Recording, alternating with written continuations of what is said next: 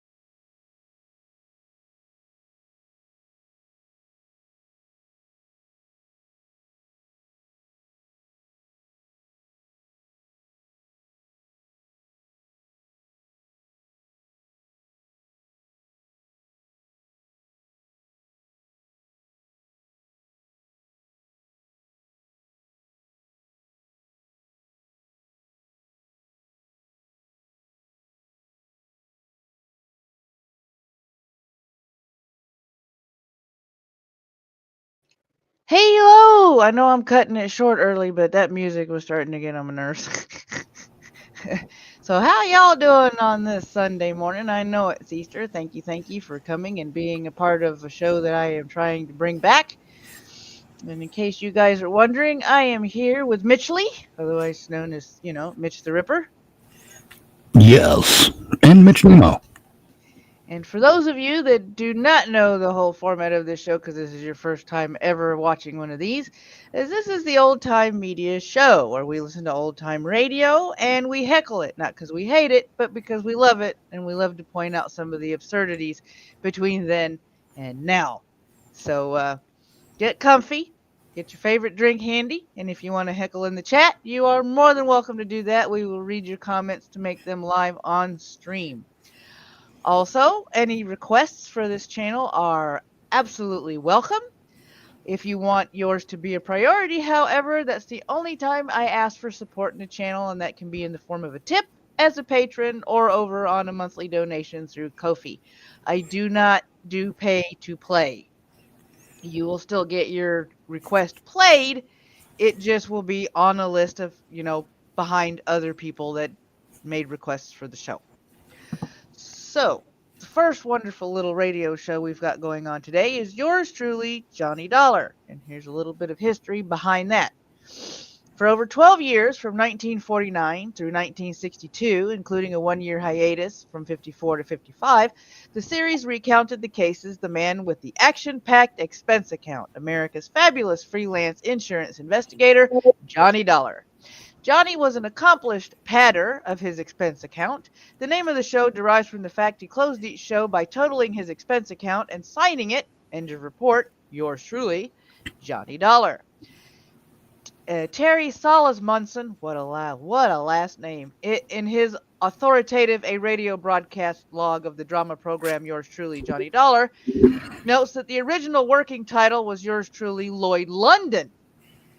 Salamunson writes Lloyd London was scratched out of the body of the Dick Powell audition script and Johnny Dollar was written in. Thus, the show was retitled on this script and the main character was renamed. Why this was done was unclear, possibly to prevent a legal run-in with Lloyd's of London Insurance Company. Although based in Hartford, Connecticut, the insurance capital of the world, freelancer Johnny Dollar managed to get around quite a bit, his adventures taking him all over the world. Without further ado, this is episode 3, The Royal Street Matter.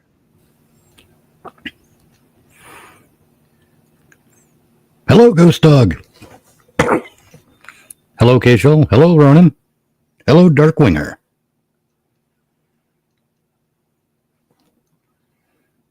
Did we freeze? No. Okay. I'm paranoid about the freezing. Yeah. Can't get comfortable with my mic. I gotta scoot my chair over a bit, I guess. Mm. There we go. Let's see what Hello, this was. Darkwinger. Hey, Green Badger.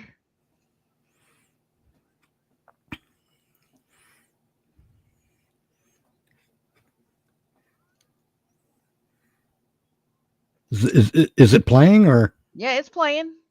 I'm not hearing it. Hey, Angela. Okay, can anybody hear the show? I can't hear Johnny Dollar. Okay, you can't hear it. Let me pause it and figure out what Yours the hell's truly, going on. Silent Sam. I hear nothing. Okay. So somehow or another, we have... Well, it's not one of my streams if we don't have technical difficulties, I guess. Oh, no kidding. It's all of us. We all suffer from it. We all suffer from it.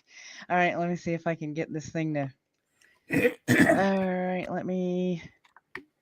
Full screen layout. Let me edit name. No, I don't want to... Okay, let's stop the screen, and then let's try and present it again. Share screen. Window or screen. I screen, you screen.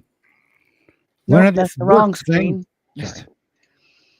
That's the right screen. Allow.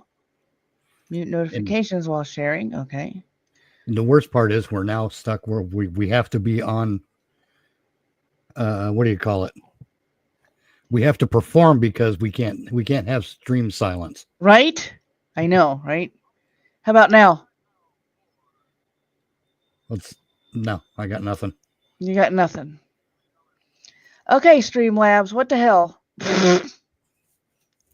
You're not supposed to be doing this to me, Streamlabs. Desktop audio is your friend, is my guess. All right, let me see. But that's always my guess. I am a little rusty. Okay, settings. Virtual Meanwhile, background. I don't use Streamlabs, though. I use OBS, so I don't know what the differences will be. Let's see. Well, that's my audio. General. But whatever Resolution will be. 7. Yep, I'm working on it. Virtual. No, I don't want a virtual background. I don't want the camera. Well, the problem is every time I try and use OBS, OBS and Discord, I guess, everything screws up because then they either can't hear you and you're too freaking soft, or yes. Let's see. Well, let's check. Can people in the chat? Can you hear both of us? Yeah, you're gonna have to tell me whether they can or not because I'm in the settings. Okay. Because that'll help us narrow down the issue. Yeah. Okay. We are both being heard, but Johnny. Okay. But Johnny is not. Johnny has nothing to say. Okay, and so far this is being a pain in the butt. Turns out this is the week Johnny took off. Right? Like I needed this. To go visit prostitutes in Ontario. Right? Okay, let me see here. Let's see. Troubleshoot. We'll probably tabulate that price list too. Probably. Media Fox, output device, input device. Oh shit. I hate it when they do that. All right, let's see. Sharing indicator. Input device. I mean, look at him. He looks like he's seen some scary Canadian cooch. All right, let's come over here and hit play. Can you hear it now? I've got nothing. You got nothing. Oh, why do they have to change things every time they update something? Okay, open volume mixer. Is this even? Yeah, Yep, they couldn't hear it in the chat either. All right. Let's switch to speakers and see what happens. So I got it routed through my headset. The problem is you might echo. Let's see. Can you hear it now? Yep. I mean, it's not very loud, but I can hear it. Okay. It's not very loud, but you can hear it. Sorry for the technical difficulties. I should have ironed these out yesterday. Hang in there. Oh, I feel like such a noob. Okay. It's funny. We know these difficulties occur every damn time we do something. Mm-hmm. But when we have a gap between doing things, we never think to get into it a day in advance. No, we don't. To work out the inevitable thing that's going to pop up and screw with us. Yeah, exactly. Exactly. We have the smart, I guess. Let me try this because that was coming out of the speakers. SMRT right. Smart. Yeah, SMRT. Let me see. Settings, audio. Echo cancellation must be off. Okay. Refresh page to. Okay. All right. Let's see. I don't want to refresh the page though, because that'll kick me out. Son of a bitch. What? All right, hold on. It says refresh the page. I don't want to refresh the page because then it'll probably kick me out. Have you moved away from your mic, or did you adjust an audio setting? Or no, can you hear me now? Yeah, I can hear you, but you've gone a little more quiet. Oh, good freaking grief. Okay. Oh, fair point, Ghost Dog. It's also not always the same thing that goes south on us. Yeah, that's true. That is true. But yeah, I'm working on it. I don't know what the hell happened either. Oh, I know what happened. The echo cancellation, it cut me off stereo. Oh, yeah, there we go. There we are. Here I be again. Okay.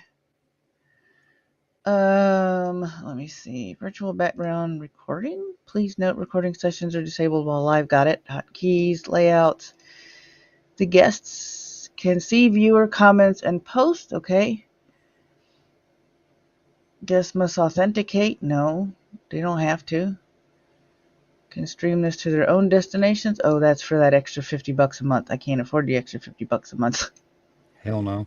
All right, let's see. Okay, Streamlabs. I don't know what you did to change this shit. No one can hear audio. I'm gonna say Streamlabs. I did put Streamlabs. Hey, stupid. StreamYard. Audio quality issues. How do I fix no sound on my stream? Well, that's just it. Technically, there is sound on the stream, but it's not sound from the presented. Yeah, from the presented thing, which I don't understand. Media assets. Media assets. Did you guys add that? Okay, hold on. I don't see a media assets tab though. Okay. Settings. There's supposed to be a media assets? What? Why do y'all gotta change shit? Why can't it just be the regular crap? Media assets. Oh. Let me see. Video clips. Video backgrounds. Background music. No, those are just regular shits. How about us being able to listen to the frickin' video? That'd be nice. I mean, you know, hey. It's the whole reason I'm sharing the thing. Okay, let's stop screen again. Okay, hold on. I'm talking because I know nobody likes dead air. That's right. Let's see. Near my camera. No, I don't want the virtual camera. Standard definition is 480. Holy shit. 720. Audio. Yeah, that's what everybody can hear me. Everybody can hear him, but nobody can hear the video because you suck. Okay, all of a sudden you suck. I don't know why you suck, but you suck. Share screen. Okay. Share window. Share entire. Well, I guess we're sharing the entire screen and seeing what the hell happens here. All right. How about now? I hear nothing. You hear nothing.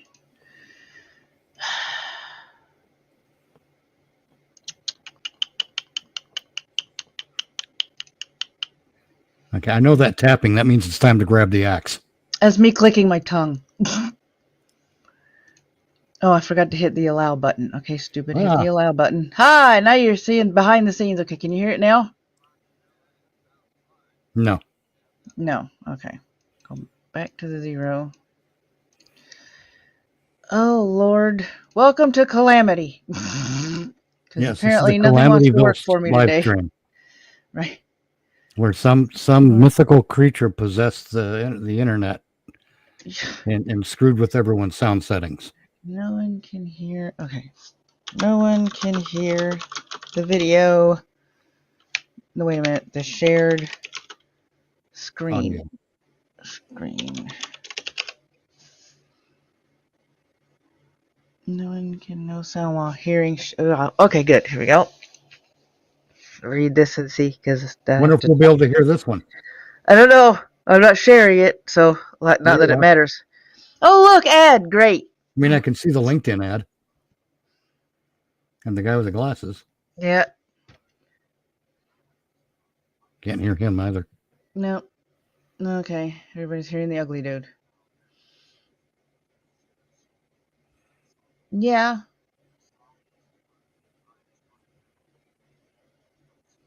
Okay. You've tried this. You've tried that.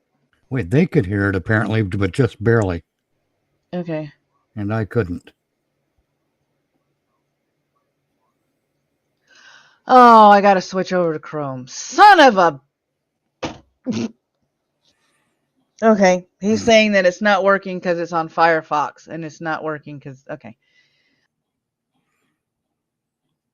Well, that's some deep dish dragon shit.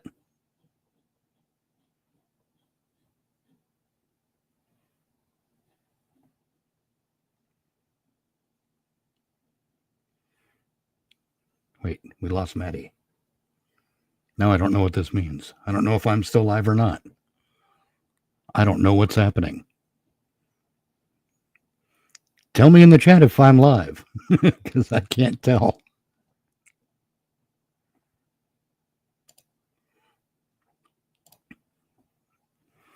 Google owns everything. No kidding. Okay, so I am live. Where'd Maddie go? Okay, this is going to be interesting. Now I got to find an interesting way to be entertaining.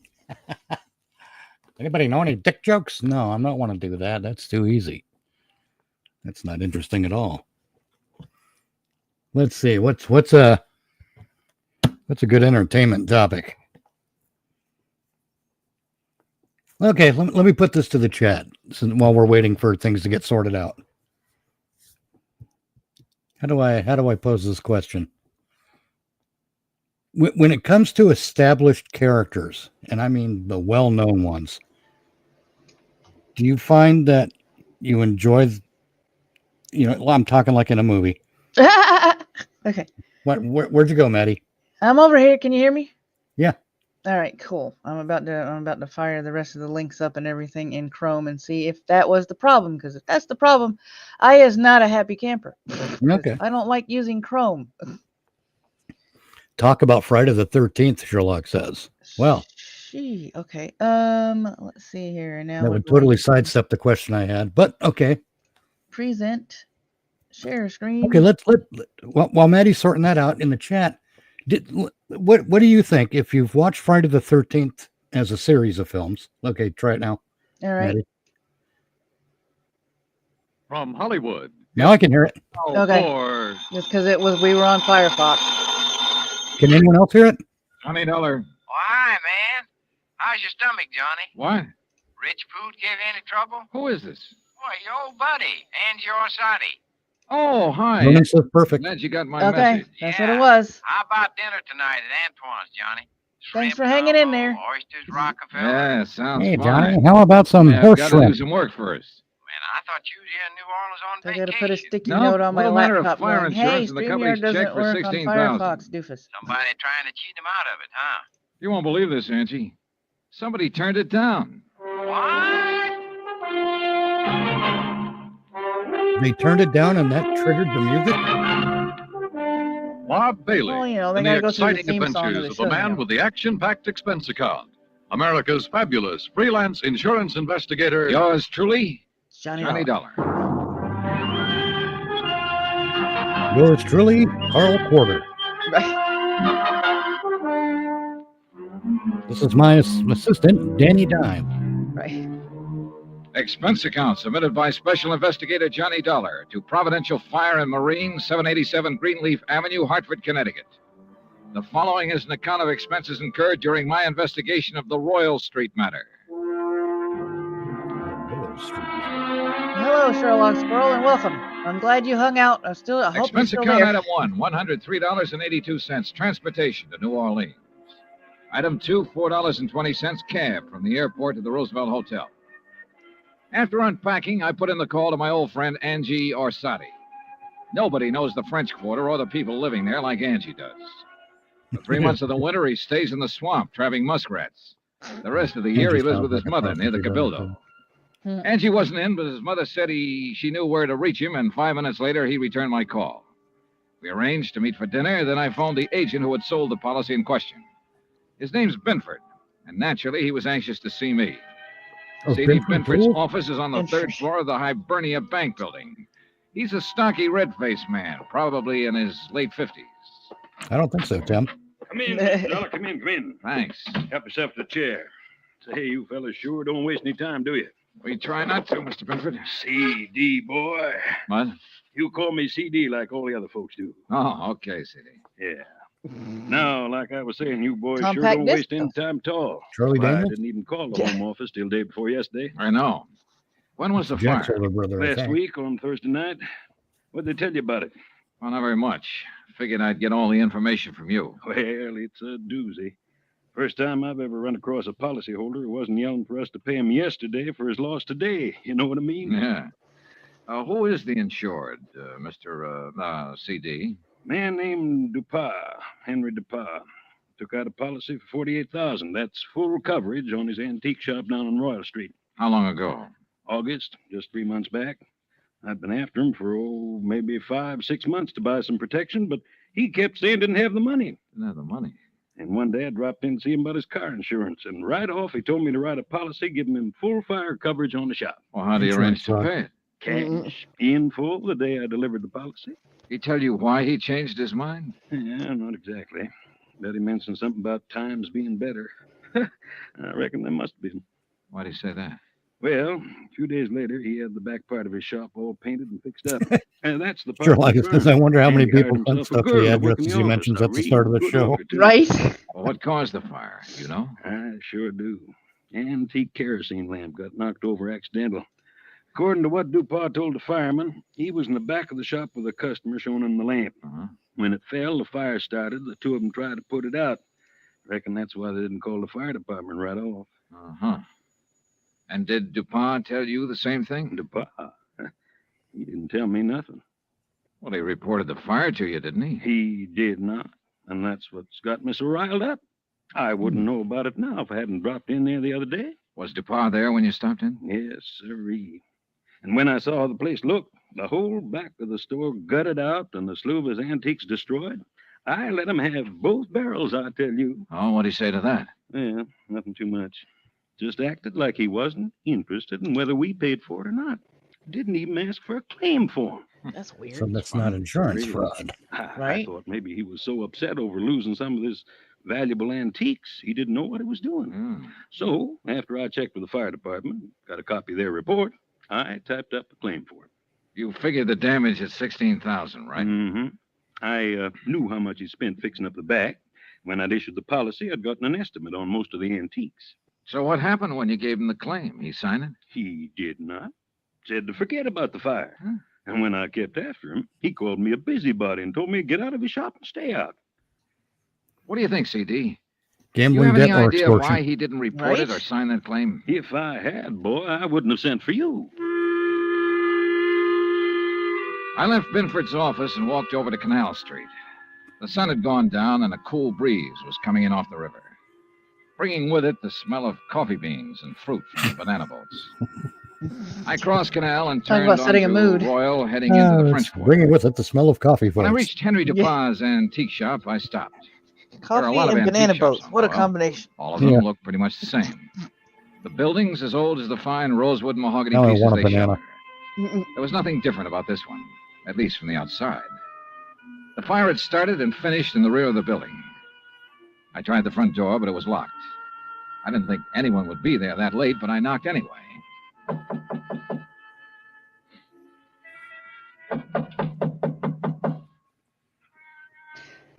Dark Winger wants to know what's a banana boat.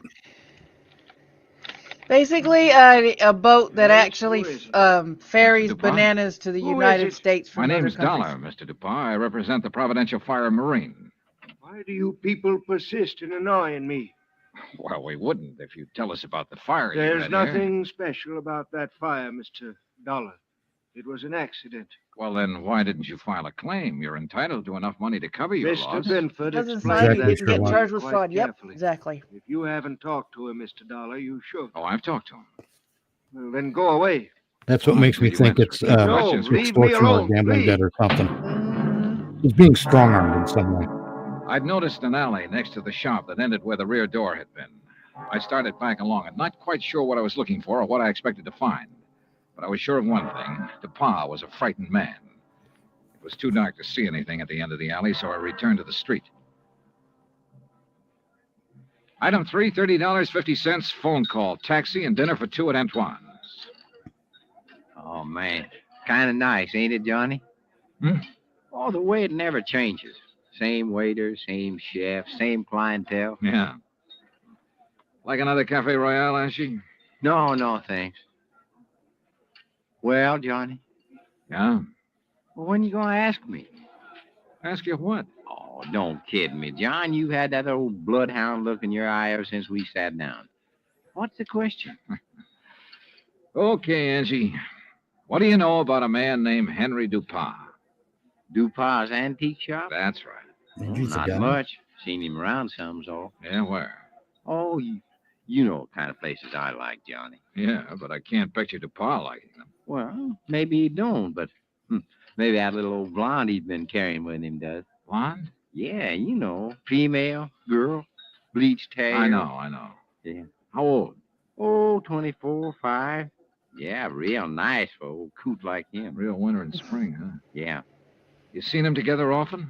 Oh, In a other few words, sugar times. daddy. Saw him about 2 weeks ago at Butcher's place. Hey, Yeah. you know something? I walked in there that night with a 5 and I walked out with 200. How about that? Great. You know who the blonde is? No, but I might be able to find out. You want? Yeah, I want. I left Angie and started back toward Royal Yeah, a real On gem. the way, I mean, ran up item 4, $1.85 for one flashlight and batteries. The shades on DePauw's shop were drawn, but I could tell there were lights on inside. In the alley, a small pickup truck was parked near the side entrance to the shop. In the back of the truck, looking like they'd just been taken off the boat, were several stalks of bananas. There wasn't much else to see except the charred wood and refuse left in the alley after the fire. I started back toward the street when a man, a much larger man than DePauw, came out the side door and got into the truck. He turned over the engine and switched on the lights before I could get clear. Hey, what are you doing there? Hold it, mister, right there. Here, buddy, you just hold it. What were you doing back there, huh? Well, right now, mister, I'm wondering what this load of bananas is doing in an antique shop. What is it, Carl? Well, I just caught this guy snooping around in the back. It's Mr. Dollar. Yeah, that's right. You know him, DePauw? He's one of those insurance men I told you about. Oh, well, what are you here for, Dollar? Didn't DePauw tell you he doesn't want any money from you people? Now, why not? Because he's afraid we might have to take a good look around before paying No, off? son. Now, look, Dollar. Mr. DePauw has been okay with you people, so you got no reason to come snooping around. Especially after he's told you he don't want you around. So now maybe Mr. DePauw will have to do something to keep you away. Is that right, Mr. DePauw? You know what I mean. Yes. Yes, all right, I'll do it, Carl. And he'll never bother us again. Go on, Dollar. Get out of here. Banana At the smuggler. time, I had no idea what they meant to do, so it wasn't easy to turn my back on them. It doesn't sound I ominous did. at all. Nothing happened. I went back to my hotel and hit the sack, and I must confess I slept later than usual the next morning. I was still in bed when the phone rang.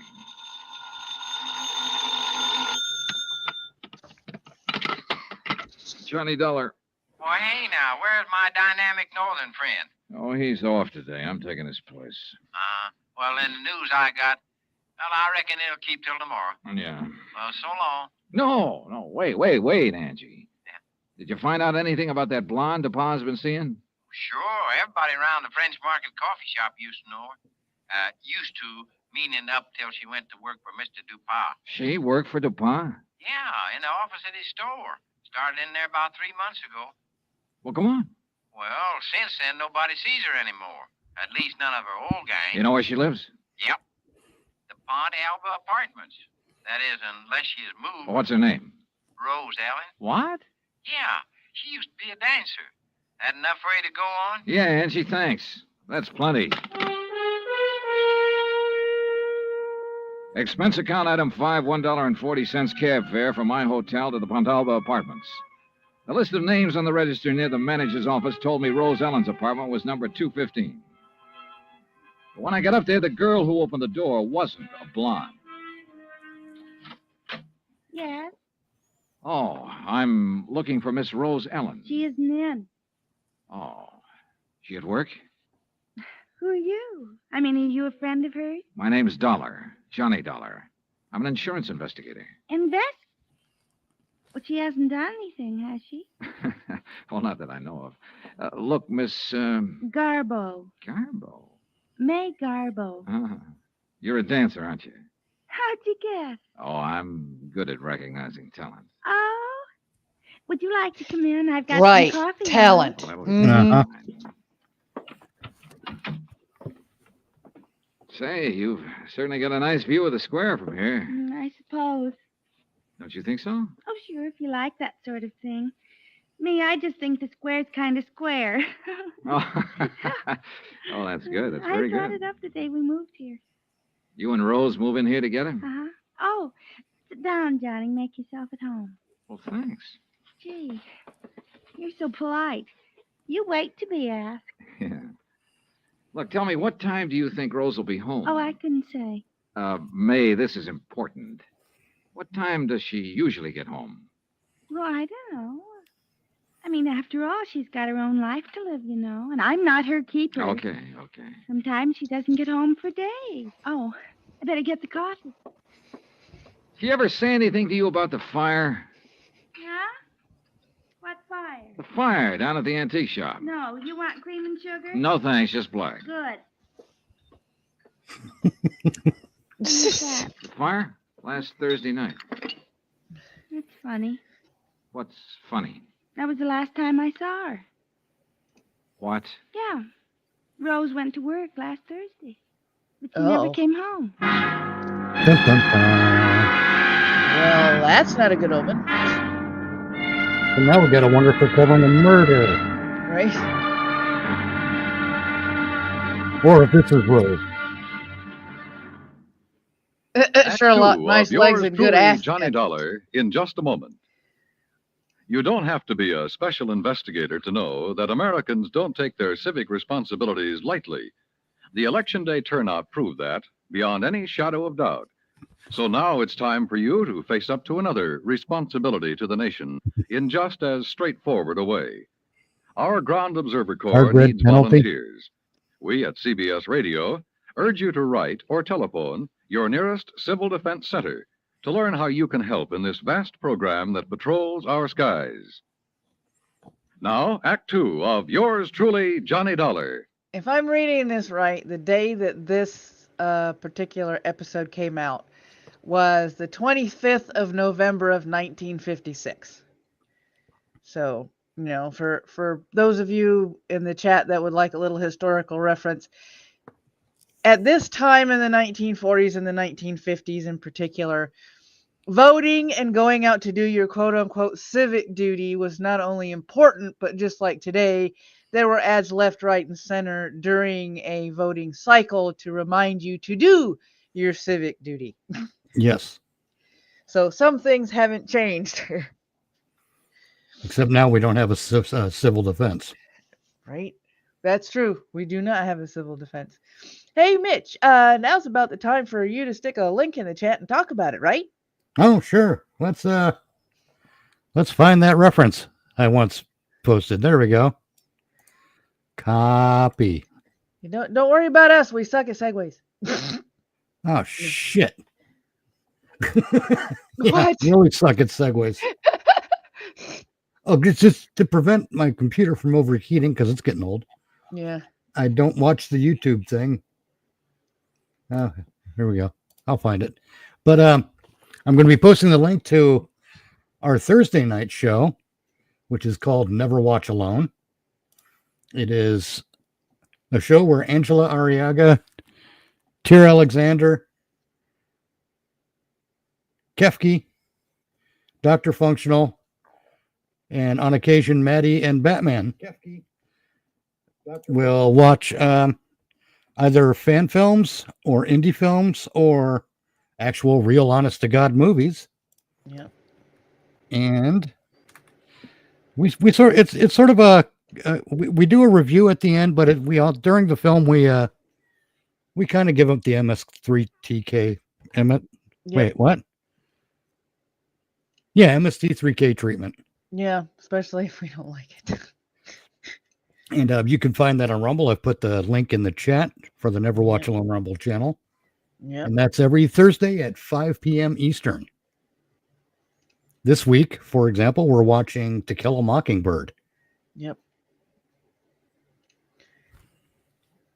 But that's everything I've got to show at the moment. All right, cool. Let me find the right tab because I got too many of them open like usual. All right, here we go. Act 2. And the Royal Street Matter.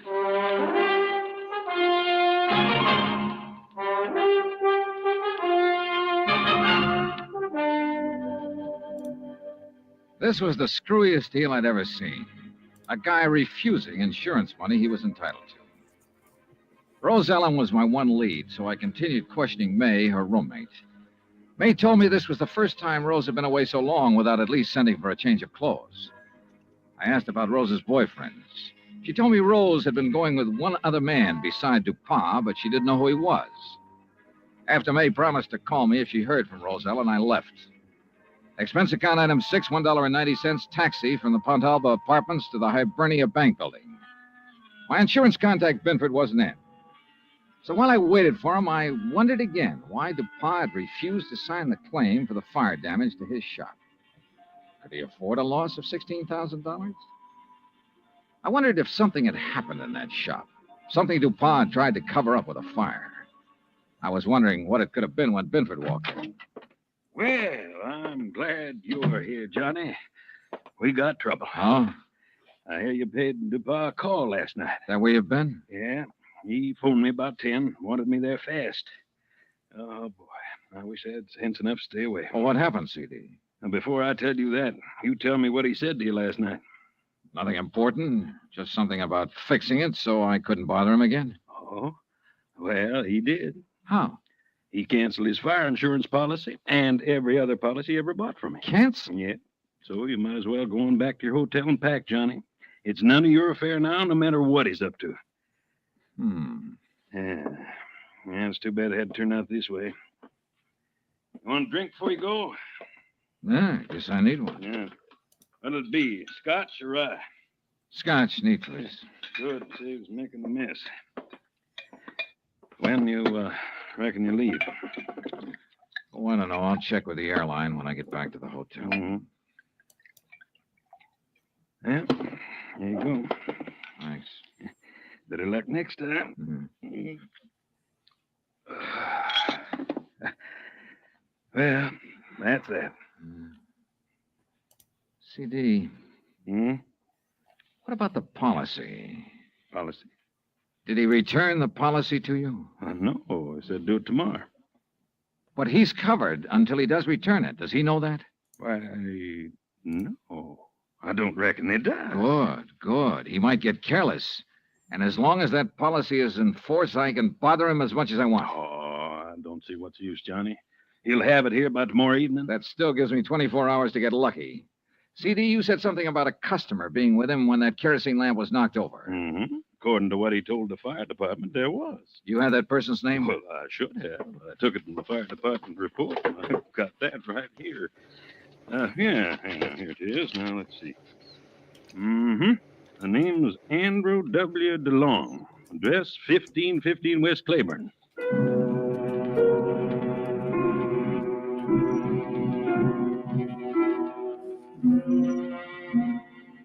There wasn't any Andrew DeLong at that address. I don't see We your checked link the in the telephone chat. book and I the know I city made you a directory, mod. And the only Andrew W. DeLong we found was out in Metairie, in a mausoleum.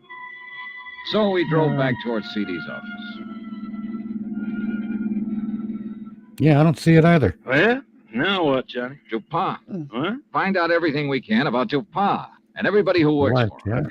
Ain't nobody but his secretary, his assistant, fella named Carl. Yeah, how long has Carl been working for him? Oh, about as long as she has. Does this Carl own a fruit stand? Oh, not I know about. Why? Oh, I just wondered. Hey, what time is it, CD? 2:15. Say, if we're going to check on DuPont's credit, we better get to the bank before the close. You're driving. Let's move. Expense account item 7, $22.80. Telephone calls and a couple of gratuities to obtain a lot of information about DuPont. Freaking window. I learned, among other I'll things, go ahead that and he type hi banked in the almost chat. $11,000 in the past 3 months. I could have sworn you Before were that, mod, my almost freaking nothing. channel. But there's no law against making money, so I still had nothing concrete to go on. At 5:30, I left Binford, went back to my hotel, and there found a message from May, Rose Ellen's roommate, asking me to go to her apartment immediately. So I did. Oh, Johnny. Yeah, hi, May. Oh, come in. Johnny, you know what you made me promise. Yeah? Well, it happened. You mean you've heard from Rose? Well, no, not exactly. But a man called this afternoon and talked about her. Oh, well, I hope he had only nice things to say. Oh, yes, he said she's just fine. What? Didn't you hear me? Yeah, he said she's fine. Fine. Well, what else did he say? Well, he said he was going to come by at 4 o'clock and pick up her Well, clothes. it's a funny thing there, But of Darkwinger. course he didn't. Well, back he then- did so. He did. It's not that they What sounded so man? different. You know him? You get his name? you had more Dollar. New England accents. You don't were think I'd more let prevalent Rose's because things go out of here with a complete of the stranger, dispersion of do the you? population at the Of time. course he Yep. told me his name. Well, And, You aren't nearly also, as polite there as was you were this there were morning. certain radio all right, I'm voices, sorry. certain What's the man's affectations name, that were darling? applied while doing it's, radio. It's Grant. It's Grant? the That's right. one of those is That's the nice. foundation for From my the way radio he pitchman talked, voice. He must be the one Rose was going know, with when I while say she was something dating like, that old antique. You ever see this Professor guy, Othello's Grant, before? anal lobe, No, but I'm because sure true he's the love one is he elbow talks deep. about. Really, it You know, just there's gets a so certain tiresome. Carl, affectation I listen, put on when I Carl, do is that kind of a all? voice. What? I said, oh. May, tell And me, it was a where did he pretty say he was common taking her affectation clothes? used in radio Hey, back just then. put them in that old truck. Thanks, sweetheart. See you later. Go ahead and type something I innocuous needed a in the fast chat so I car can and a give you a driver who ring. could handle it, so I called Angelo All right. on Sade. 20 minutes later, we parked in front of DuPa's antique shop. There was a dim light on inside. Hip. I couldn't think of anything Brother, else. There's really no reason for you to get mixed That up is in this thing. moderator. You kidding, son? Looks like DuPont ain't going to Okay. answer. All right, let's see what this hunk of stone will do to the I twitch at class. the sound of knocking doors, ringing phones, and what's this Hey, called? that guy. You should be able to I put can the read link in there suit to now. lock. All right, let's try. Yep, there we go. Mm-hmm. Looks like nobody here. All right. Well, Hey, wait a minute. yeah, I see him. Carl, what happened to you? Angie, call an ambulance. Tell him a man's been stabbed here. Yeah, right, Johnny. Yeah, right, John. Get to her before he can. DuPont? Gonna kill Rose Darkwinger, think about the voice thing. to help her. DuPont wants to kill her? Why? I don't know how familiar you might be with theater, Smuggling but Is that there- what DuPont's been up to? there's a certain physicality to theater acting banana ships. where gestures are exaggerated so that the people way in the Where is back she? He can see thought what gestures the actors are performing. It's kind of the same thing in radio, Yeah, except you well, do look, it with tell the me. voice instead. gotta get to her Yeah. before he does. Where is she? Because you can't rely on body language in this sort on Yeah. radio.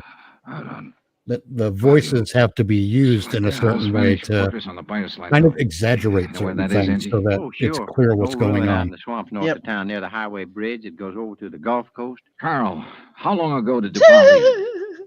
10, Theater and Hollywood are two separate 15 things. minutes. Yep. Yeah, well, we could beat him, Johnny, by cutting across the swamps. That is, if you could take We'll What do him. you mean by explain it that? when this is Well, done. it's It's almost Like done. what? Johnny, did you ever ride a swamp buggy? Dun, dun, dun, dun.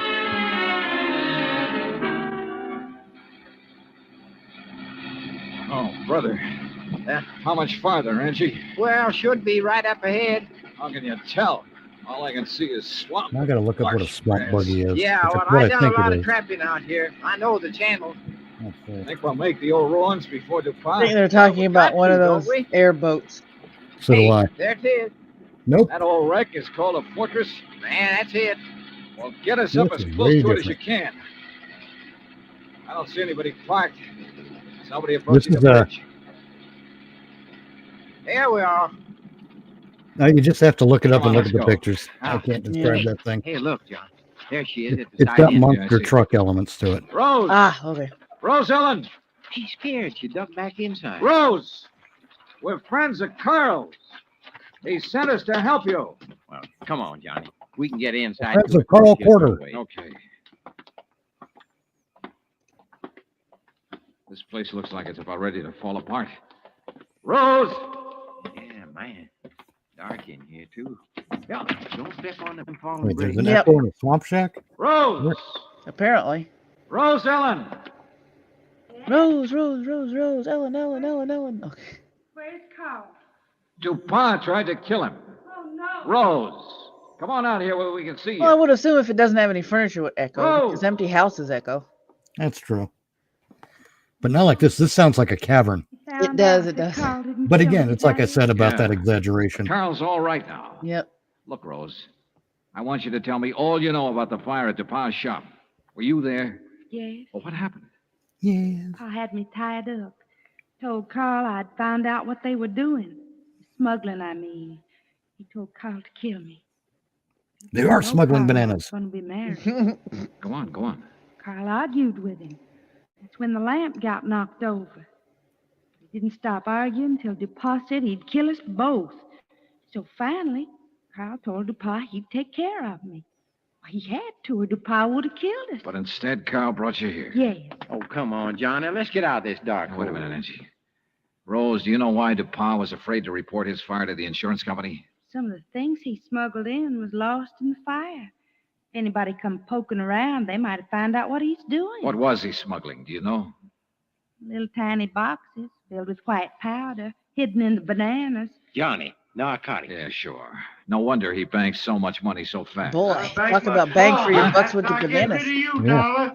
Look, What was it? There he is in the door. Yeah, The watch heroin or the cocaine? Either heroin or cocaine. In the bananas. He can't see us.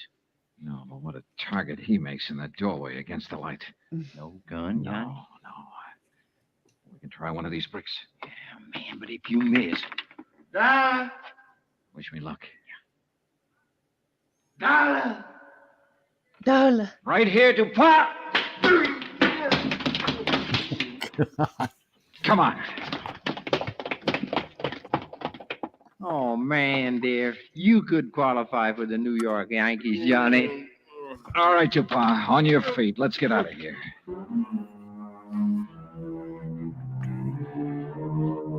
So if that policy Expense got account total, canceled- including rental on the swamp buggy, incidentals and transportation back to Hartford, $517.20. Remarks?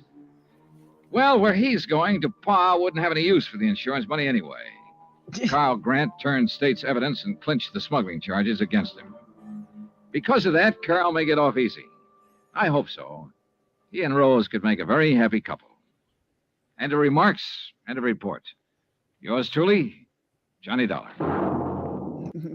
So that's the Now, end of that one. here's what occurs to me. If the policy was canceled, Johnny ain't getting paid. No, but the whole thing is he never turned the policy in. So according to them, the policy was still in effect until DuPont turned the policy back in to the guy that he bought it from. So he is Okay. still going to get paid. Yeah. First of all, it ain't 100 years ago. Because I know that's Quara. That's Quara. Yes. Okay, Quara, there's, you've watched movies. And because you can see movies and it's audio and visual, there's a lot of things that are left out. When you do theater, especially with your voice, a lot of people don't sound the way I'm talking to you now. As a matter of fact, let me see if I can remember, put on my choir voice here. Your voice comes more from your diaphragm, so you can project more. So it sounds like you're overacting on stage when really you're projecting your voice so people in the back can hear you.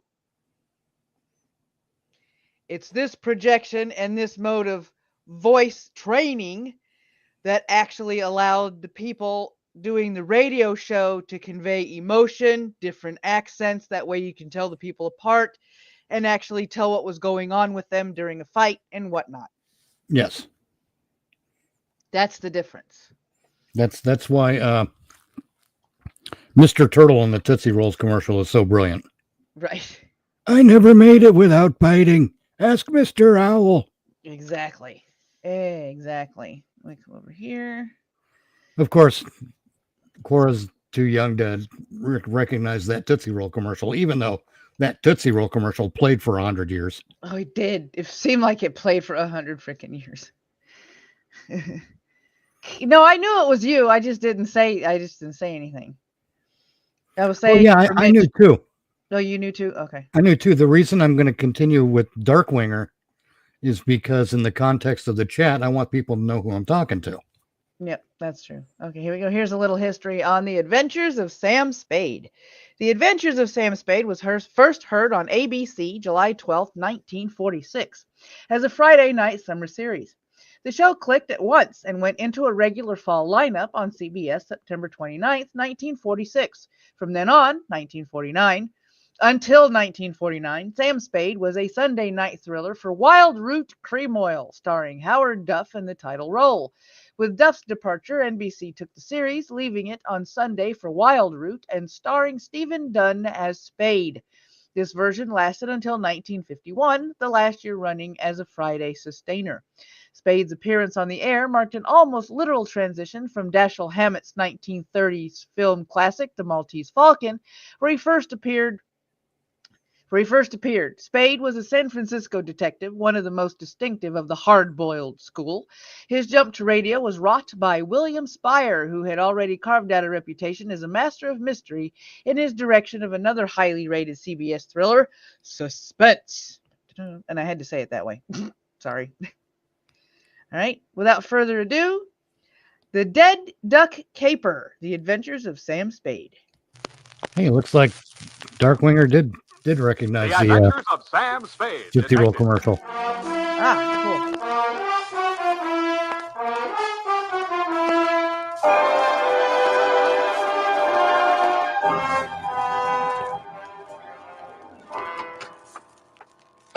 Effie? Effie? Oh, I waited. Say what you have to say and I'll go. you've been through a tough time, sweetheart. Well, you didn't make it any easier.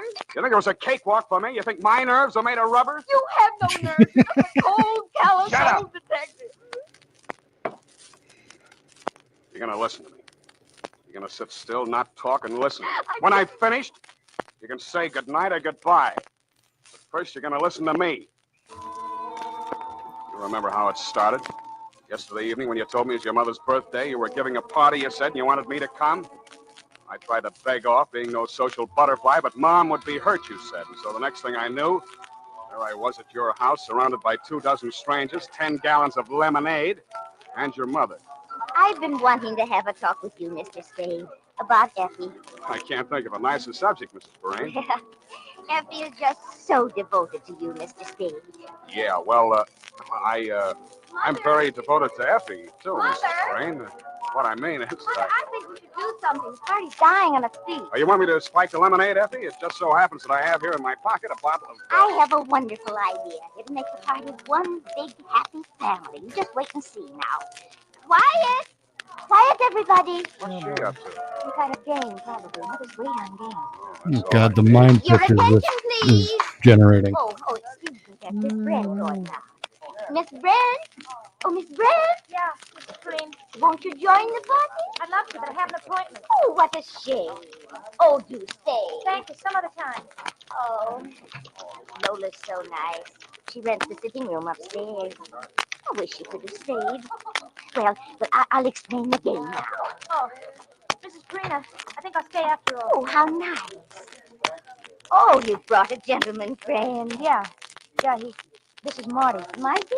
Oh, but Marty, I'd like to Lola sat down and crossed her legs. This sounds like they're playing this on a Left me where I broken would have phonograph. preferred to see a devil. I saw a tattoo mark. Her gentleman friend Marty was a small, stocky guy, all teeth and New York tie. He shook hands all around, and it felt like the fall of a stale stiff. And this is Mr. Spade. He's a private detective that he works for. Lola's from Kansas City, Mr. Spade. Oh? She's waiting for her husband to return from service overseas. I'm glad he's coming home safely.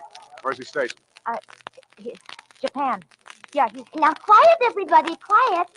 We're going to play charades. Oh, it's very simple. Now, you see, I'm the captain of Team A. Now, Dr. Burke. How do you do charades on a radio show? He can be captain Right? of Team B. Now, dears, quiet, everybody. I hope the gunshot rings out before they really get into it. And then Exactly. each of you will write something on a slip of paper. We'll write a quotation True enough, Rona. or a phrase, the title of a song, whatever you like. Doesn't matter. Okay. Oh, sorry for the interruption, but if any of you guys are wondering why we're starting on 27 and 28 instead of back in the early years like number 1, you'll notice on the screen it says BBC. That's a British broadcasting company.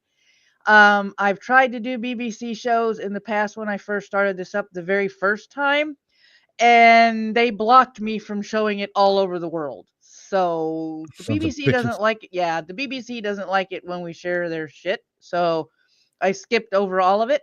But basically everything after 27 is the same thing. It's just duplicated without the BBC in the front. Oh, okay. So Something interesting and clever. Then I think. Yes, I think that's right. You act out what you've written all in pantomime. No words can be used, although... Sure, like sounds that sounds like a high-pitched Betty Here, you Boo. must Bo? Yeah. Betty Bo? Not play the game. Now you can't play unless Daddy you know boo or how. daddy boy? Okay. And then your team must guess what is written on the paper, and you act it out. Now, any questions? How many words can we put? Oh, any amount of words. Oh, that's No, right. not over 10, no. That's too long, yes. Now, everybody ready? Teams were chosen. I wound up on Mrs. Perrine's Team A. Slips of paper were handed out to the guests. I wrote down, quoth the raven, nevermore. So I'd have to make like a raven. While everybody was getting settled, Lola Brent came up to me. She pushed a slip of paper into my hand. This is your charade, Mr. Spade. Oh, but I got Isn't this one. fun? Please, don't lose the charade I gave you. And with that, she lost herself in the crowd. I pushed the paper she handed me into my pocket without looking at it. Her gentleman friend Marty, the little character with the New York tie, was out in the center of the floor acting his charade. He flapped his arms up and down, quacked twice, and rolled over on his back. Nobody got it, so he did it again. Quack, quack, quack, quack. Wait a minute, pigeons, duck, dead Dead duck. Oh, isn't that wonderful? Now, Okay, Team where's A that scores a gunshot? win there. Let's go on, please. Well, sir, Mr. Dead Duck, we guessed you. So will you please get up now, and we'll go on to the... Oh!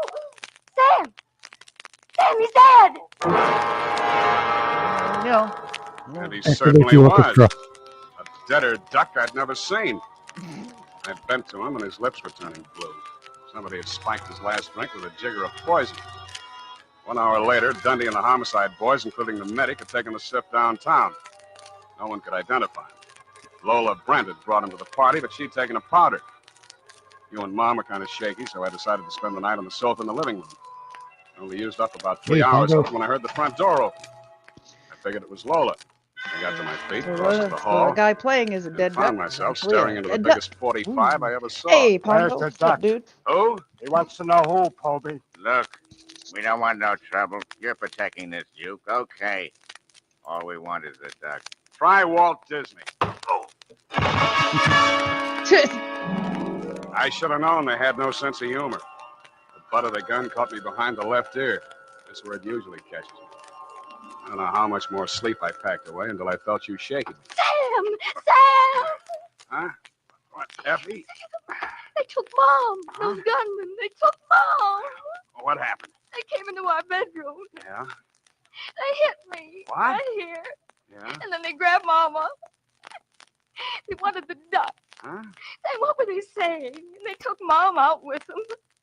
I'll call the police. Effie, no. But they've got Mom. Oh, for heaven's sake, Sam, they took my mother with them. No, we can't call the police, Effie. Not yet. They want something. They want the duck. I think Mom has it. She's safe for a while, but if we call the police, Oh, she's... Sam, what shall we do? What shall we do? Keep our fingers crossed and play the rest of the caper by ear. This is what he usually does anyway. So you promised that you wouldn't call the police until I gave you the nod. I went out to buzz the town. I figured it was an out-of-state mob, probably New York. The Gunzels were after the duck. Well, that made no sense. They thought I was the muscle for the juke joint. I hustled over to Jenny the Juke. If she didn't know the score, nobody would. Her place was dark. And finally, she opened up and led me into the rear. When I mentioned the duck, she shut down tighter than a clam in December. It's blisters, Sam. Blisters, I tell you. This ain't only the local law. This is the feds. Go away, Sam. My joint ain't juking for the duration. Listen, Jenny, there's an out-of-state mob. They put the arm on my secretary's mother. She don't know the time of day. They pulled the wrong feather. I don't hear a word you say, Sam. They're mixed up in the juke joint grip. You know who they are. Where's the duck, Jenny? Sam, you're winging in the breeze. Now, Sam. give me a rundown, Jenny, or I'll tear your ears off. I want that old woman back safe. You can't muscle me, Sam. You know why? Because you'll tear my ears off, and that's where you'll stop. That's where they begin. Okay, Jenny, okay. One thing. Can you get word to them? Maybe. Or you try. Maybe. Tell them I've got the duck. I'll deal for the old woman. I'll try.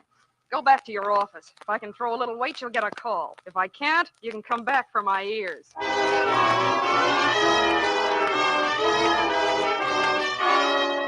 And when I got back to the office, I had you on my hands.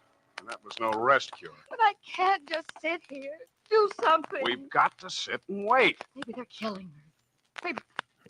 Oh, Sam, please, call the police. No, we got to sweat it out. I can't. I can't go on like this. Mr. Spade, is it? Who sent you? Jenny the Duke. What's your name? I'm Dennis O'Rourke. I'm here to talk about the duck. Good enough. Come into my office. Effie, you wait out here. Sam! Wait here, I said. Sit down. Thank you kindly. I'm a lawyer, Mr. Spade. I'm here to represent my client. What's his name? John Doe. Mm-hmm. Jane Doe's big brother, huh? My client has been led to believe that you are prepared to produce the duck. Is that correct? More or less. What's it worth to your client? My client is willing to trade the old woman for the duck. You go back and tell your client I'm a big boy now. I don't understand, Mr. Spade. This town is loaded with old women. All I have to do is walk up and down Market Street, but there's only one duck. There must be a misunderstanding. And let me put you straight. I've got the duck. Where? Oh, don't be cute. Your client wants the duck. Okay. For 50 G. $50,000, is it? Yeah, things are high all over. Yeah, but the old woman is Mrs. Green. Aren't you interested? Now, listen, you can do whatever you like about the old woman. So you got an old woman. Get rid of her however you want. That's your source. What's important is that you want the duck. I want 50 grand. Do we play? Well, no, Wait.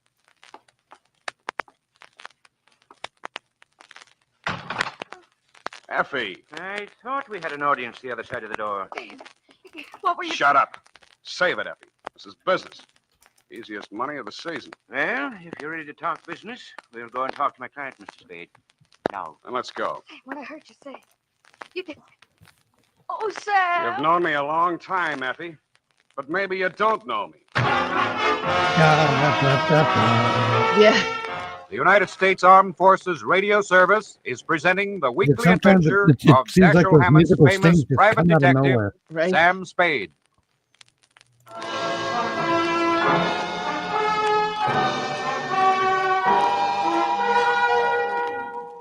The car that drove us down the peninsula was brand new. I could tell by the way the upholstery smelled and the careful way the driver handled it. O'Rourke, the lawyer, sat up front, and I sat in the back, squeezed between two gunners. The gun muzzle stuck into my ribs told me all I needed to know about them. The rest of it I had to guess at. Time is hard to judge when you're blindfolded, but there's only one main road out of San Francisco by land. And I know the towns and stops along it fairly well. About 20 miles out of the city, the car turned off the main highway onto a gravel road. 5 minutes later, the blindfold came off. The fog was so thick, I still couldn't see much. The gunners pushed me ahead of them into a shack that looked like a summer vacation cottage, with a sign over the door that said, "Bide a week." A sallow, mean-looking little man with a heavily scarred face met us at the door. On his right arm, just above the wrist, was tattooed a small picture of a mallard duck. He glared at me, and then at O'Rourke. How come? I told you don't come back without her. Heaven be my witness, Ducky, I did my utmost. Huh? It seems, Ducky, that Mr. Spade is interested in money. What money? Did you tell him we got the old lady? I did, sir. I am afraid we've misjudged Mr. Spade. In short, Ducky, Mr. Spade is not in the least altruistic. What does he want? You had better tell him, Mr. Spade. 50,000 now, another 50 G's when I deliver the duck. 100 G's is a lot of cash. You can afford it. Bugsy, bring in the old lady. There's always a Bugsy.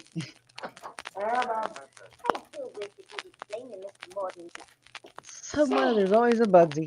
Well, it's high time. Of course. You know these men. This was a cute trick, Ducky, but it's going to cost you. The lady spoke to you, Spade. I told you it's going to cost you letting her see me here. And the longer she stands here staring at me, the more it's going to cost you. Sam, what is it? If I'd done anything to make you angry... Get her out of here! Mr. Morton said you were going to call for me, Sam. I don't understand. There, now, mother. Don't. Come along now. Don't you worry about it. I want to go home. I really want to go home. You ought to be ashamed of yourself, Spade. You've broken that old lady's heart. Stop drooling. What you talk, Sonny, I ain't any sweet old lady. I don't have to use words when I talk to you, Ducky. You won't do anything to me because I got something you need. Okay, 100 G's. Paid the way you said. Price has gone up. Huh? Kidnapping's a That federal... sounds like he represents the She Lollipop don't Guild. know she Right. did that. We told her we are from the DA's office, keeping her on ice as a witness. You'll find out different. I don't plan on settling down here. Oh, that's fine, but I have to go on living in this town with that old hen alive and clucking. It won't be easy. His wife must fart You want helium. we should not... Oh, that's sweet old lady? You're a little slow, Ducky, but you'll get there. I've met some lousy, low-down heels in my day, but you're the lousiest, lowest. Go on. Go on, I can take more of it at these prices. We ain't doing your dirty laundry, see? And it's no dice. My price is $100,000.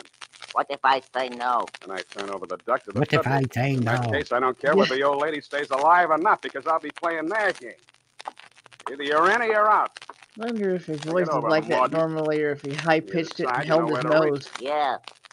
We'll know where to. Oh, probably. I think they did a lot of that with radio.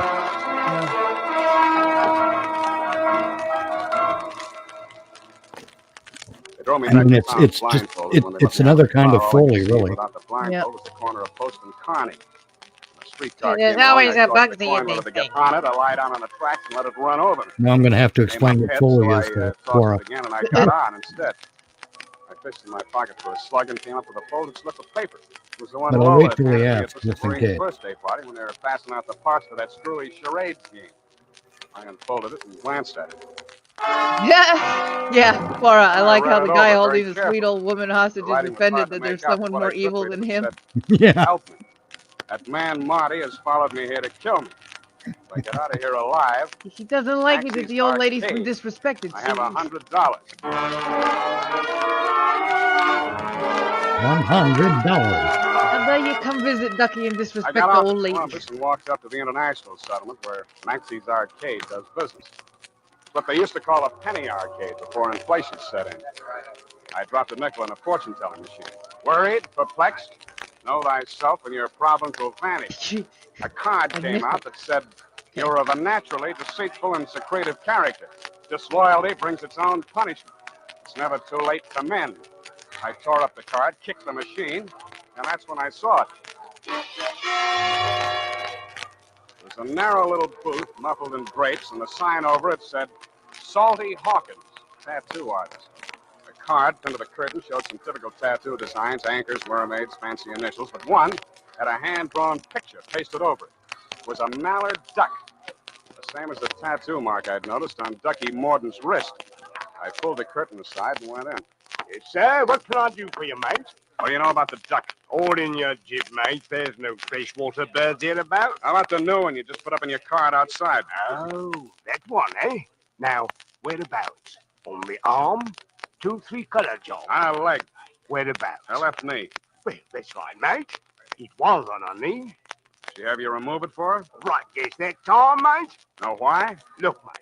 If I did, I wouldn't be telling strangers about our secret. All right, where is she? Take it easy, mate. I haven't got time to take it easy, mate. Talk. Sure, mild-tempered gent you Come are. on, come on. I was going to tell you now. She says to me, if a man comes All in... right, shut up. Where is she? Right in the back room, mate. Spade. Open up. Ah, when you differentiate where Hello, you come Lola. from, you have to Finally use worked mate out your 20,000 charade. times. Come on in, Those were the quick. days. Were you followed here? I wouldn't have come if I had been. How much do you know?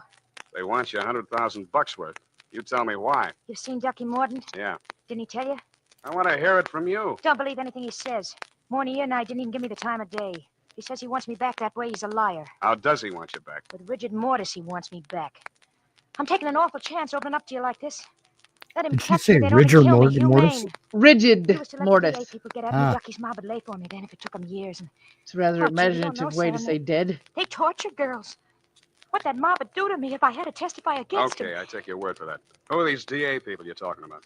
You never heard of Ducky Morden before? I heard his name. I thought he was knocked over when they had the big racket-busting show in New York years ago. Yeah, I guess a lot of people thought that. It wasn't healthy to mention Ducky's name. What was the racket? Juke joints. Giving Mickeys to servicemen, rolling them.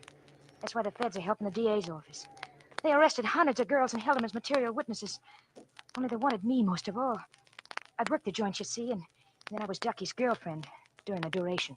Well, I'd think you'd be only too happy to tell what you know about him in court. Oh, gee, I would if I dared, but you don't know.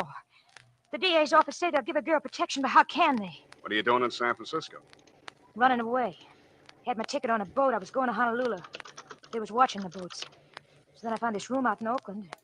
Mrs. Preen was real nice to me.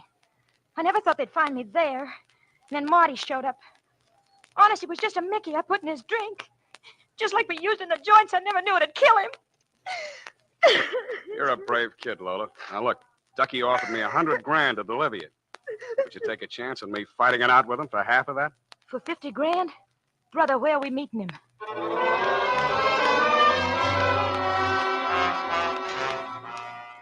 O'Rourke's car was parked outside my apartment building where I had a hunch it would be.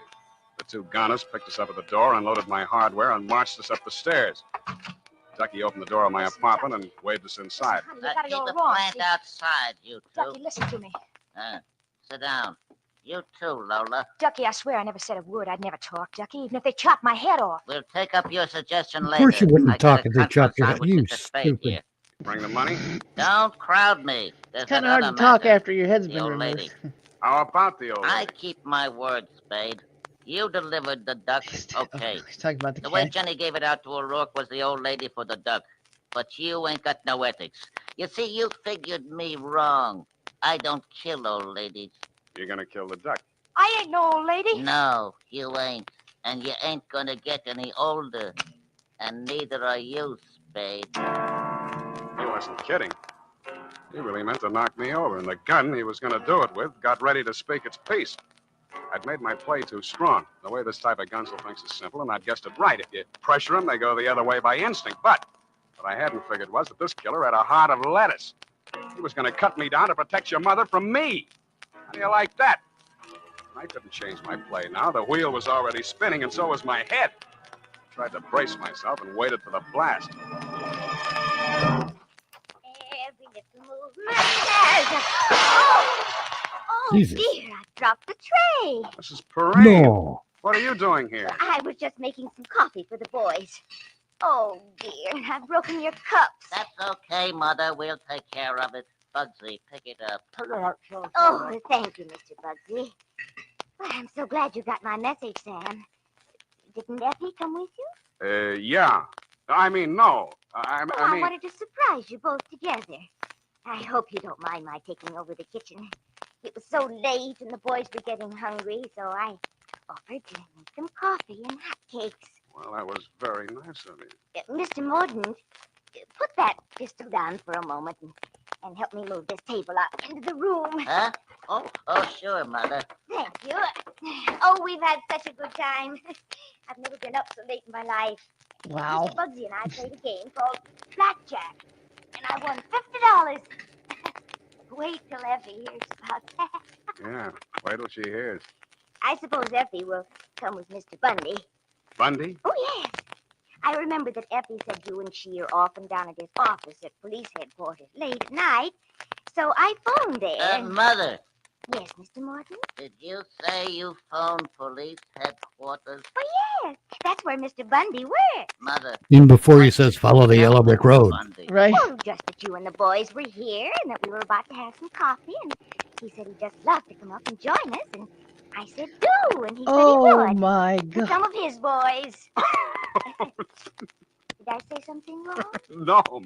No, Mom, not at all. Oh, I believe that's Mr. Bundy now. She called the damn police. The hostage called the police. Oh my God! All those The balloons they smoke killed. cleared away. Ducky Mordaunt and his hoods were playing dead duck for keeps on my living room rug.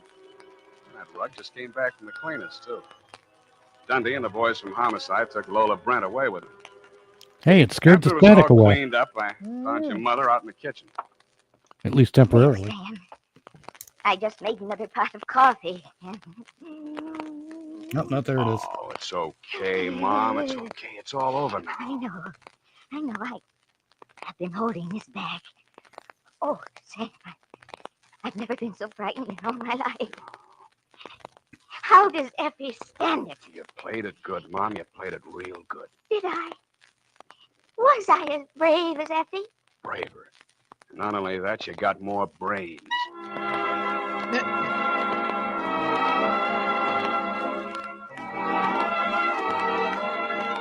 Like, not only that, you got more brains. Effie wasn't the sharpest tool in the shed. She wasn't the sharpest bulb in the flower patch. No, she was not. This My is the part. This goodness. is now that we have missed now that my mouth doesn't want to work or connect to my brain correctly for me to do a cohesive thought. Oh, Lord. Okay, I'm putting in the chat the link to my website where you can find all the different ways you can support me, from Patreon and Ko-fi to a one-time tip or even my merch store, because yeah, we all got to make money somehow. So this is the shilling portion of the show because we've reached halftime. And speaking of the shilling portion of the show, hey, Mitch, isn't there something you want to tell the people? Oh, yes, you can. I'll put this. Whoa. Hey, slow down. Yeah, I've got the same problem you do. There we go. All right, let's try that again.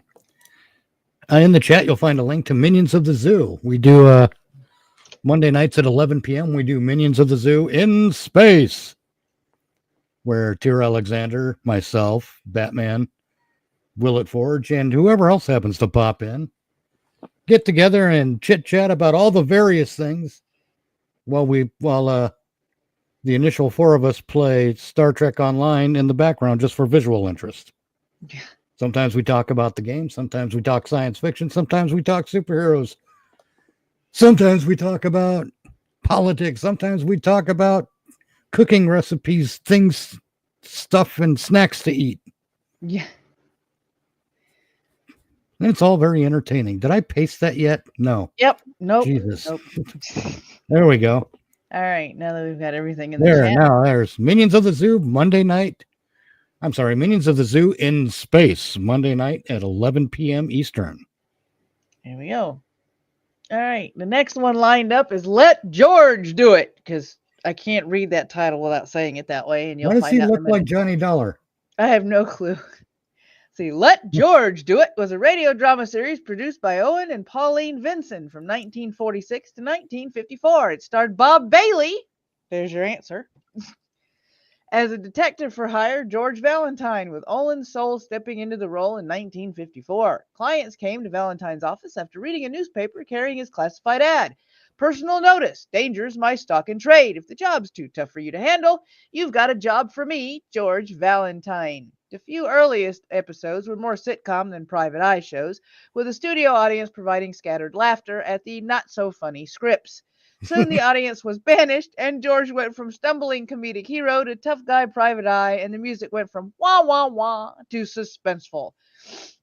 The Valentine secretary was Claire Brooks, a.k.a. Brooksy. Frances Robinson, Virginia Gregg, and Lillian Boyeth played the role at 3 different times, as Valentine made his rounds in search of the bad guys. He usually encountered Brooksy's kid brother Sonny, played by Eddie Firestone, Lieutenant Riley, played by Wally Mayer, and elevator man Caleb, played by Joseph Kearns.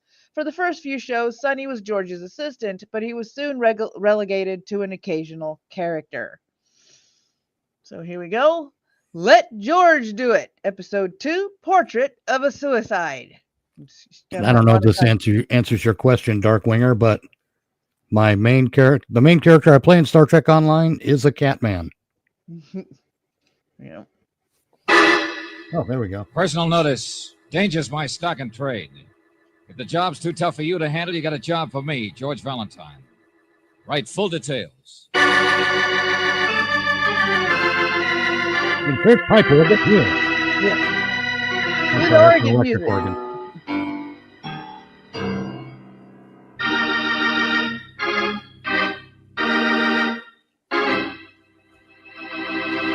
This is what they did to You know fill something, time in the friend? radio You show look days. lousy with that gun in your back. Of course, if you're trying to cure your lumbago the hard way, forget I told you. However, if that gat's starting to make a bad impression, why not remove it the easy way? Let George do it. You'll get rid of it or your money back. George doesn't mind taking chances. He figures the odds this way. If he does a job, he's money ahead. If he doesn't, you won't be around to collect anyway, so why worry? On the other hand, everybody doesn't have your problem. Take old Mr. Stengel, for instance. To look at him as he drives down a backcountry road, you'd never think he had a care in the world. Oh, carry me back to old Virginia. That's where they... Hey, what? Hey, you! Get away from there, lady! Look out! Get away from that railing. Don't you know there's a river down there? What do you think? Let go of me. Hey! Oh, holy smoke. You're Mrs. Blair, ain't you? Who'd you think I'd be? A water Who the sprite? fuck is Mrs. Blair? Well, I'm sorry, but gee, I seen you there by the railing. I mean, it's a good 35-foot drop, you know, and this bridge ain't been repaired for years. I know. And you're out delivering milk. No. Don't look over. Cheryl, You'll it get sounds dizzy. like something a rich guy I says sure when the didn't mean toilet to stops offend up. you in Like any George, way. let George My do view. It is yours, isn't it? Here, I'll give you a ride over to your place if you like. Let go of me. Oh, I'm sorry. You frightened me, that's all. I was just standing here, and you frightened me. No, thank you. I'll walk. It's a beautiful day, isn't it? Jesus, terrible. Holy I smoke. don't know what to do, Dan. I just can't satisfy Mr. Stevens. Let George do it.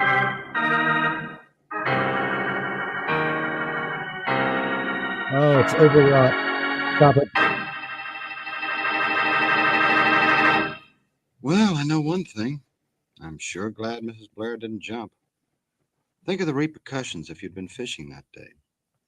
Would have been awful tough to explain to Mr. Well, if Blair he that would you have just jumped, caught his we wouldn't wife. have had to worry about listening to her. On the other hysterics. hand, it's easy as Or pie that for my pipe friend organ. here to explain almost anything. Electric If you organ, don't sorry. believe me, Right. just lend an ear. Remember, when you jump, it's That's not the using fall, your but head, the sudden pal. stop at the end that Now gets you let's every see if time. old Mr. Stengel used his. Well, what do you know? He just walked into George Valentine's office. I know it's none of my business, You but... thought the woman was trying to jump. Is that it, Mr. Stengel? Well, I'll tell you, Miss Brooks, I don't want to commit myself. I don't know. Then why did you call me? Oh, now, don't chase me around the barn so much, Mr. Valentine. I don't want to start any excitement, but they're nice people. Husband's a wonderful fella. Nicest guy you'd ever care to meet. Okay. Tell me some more about Mrs. Blair. Well, Mr. Valentine, she really ain't been around here so much. More of a city type, you know what I mean? At least they're not joiners or bridge players. The places are pretty far apart out here. I thought she was away someplace. Where's Mrs. Blair been, do you know? Search me. It's none of my business. You apparently liked her husband. Why didn't you call him after this happened? Well, I did, but there wasn't no answer. Then after I called you, I noticed his tractor out there. We're just working the field over, that's all. But by then, I figured I might as well keep my mouth shut. Mr. Blair's a farmer like you are? Oh, no. Artist. You know, one of them fellas paints pictures. Pretty good ones, too. Only he's not so good on cows. Draws them all with straight line. Emmett Blair? Yeah, that's the one. That's his name. I wouldn't be surprised. He's got a reputation. Yes, he has. Owns a nice This was farm. the comedy? Really works it, too. Oh, Right? he's a wonderful fellow, he is. He don't I mean, they did associate say it much, started he's off kinda as a sad comedy, looking right? at We're times. Yeah. on episode 2. They I also don't said not speak so his funny language. scripts. Maybe, but, well, he speaks Oh, mine. Mr. I Stengel. mean, honestly, the this point is you as don't funny want as to a offend pair this of guy, elevator Blair, but you're doors. curious. Right? You don't know him very well, and you know his wife less. Didn't know But how to today write you saw her comedic very scripts unhappy either. and maybe thinking about suicide. No, and then- hold on. I don't believe in jumping at conclusions, but there's been things that, well, I don't want nothing bad to happen, that's all. There's Yes, been it's better to things walk like slowly Well, to I'm not a conclusions. But in the past, Mhm. well, it was something the local doctor told me once. Always stuck in my mind. Oh, but I'm not going to tell you. That's up to him. Dr. Fee. I don't want Doc thinking that I shot my mouth off with ethical secrets. All right, Mr. Stengel. You just want us to look into it. We will. We'll call Dr. Fee. But in the meantime, I'm going to play it straight. What do you mean? Well, see something you don't understand? Why not go find out? Come on, Angel. We're going to call on the Blairs. You garden music.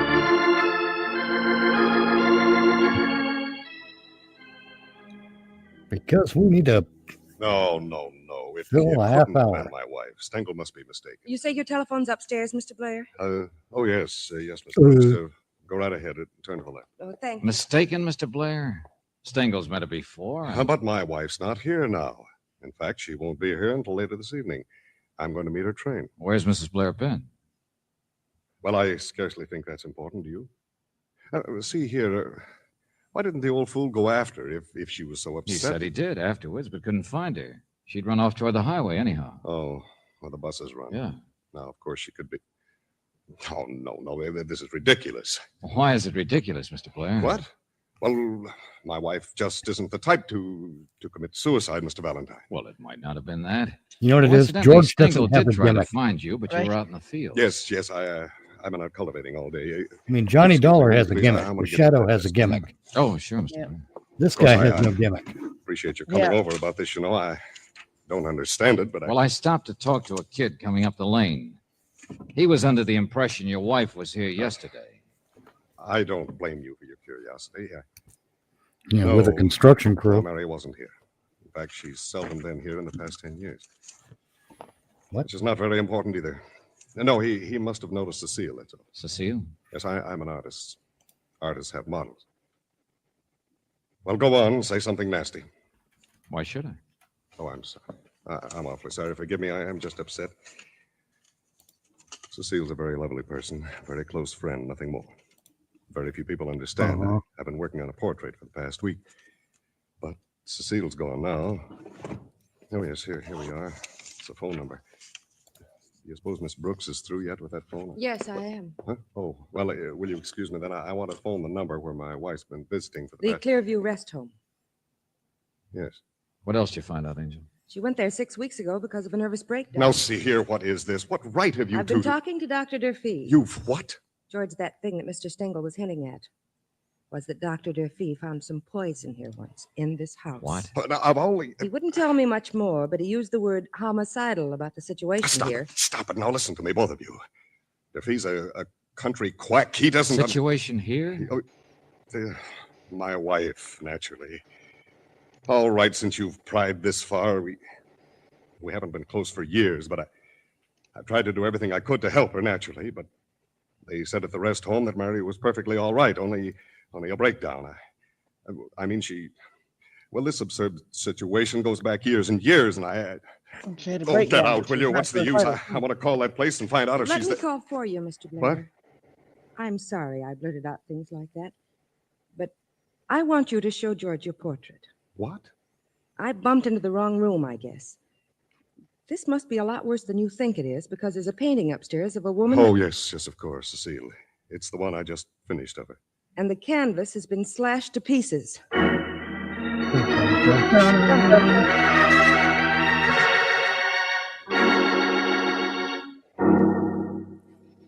Oh, no. Oh, look at that. One of the best jobs I've ever done. You didn't slash it yourself. Why would I do that? Okay. And you say the picture was all right when the model left? Yes. My wife, of course. Who else would do a thing like that? She never loved me.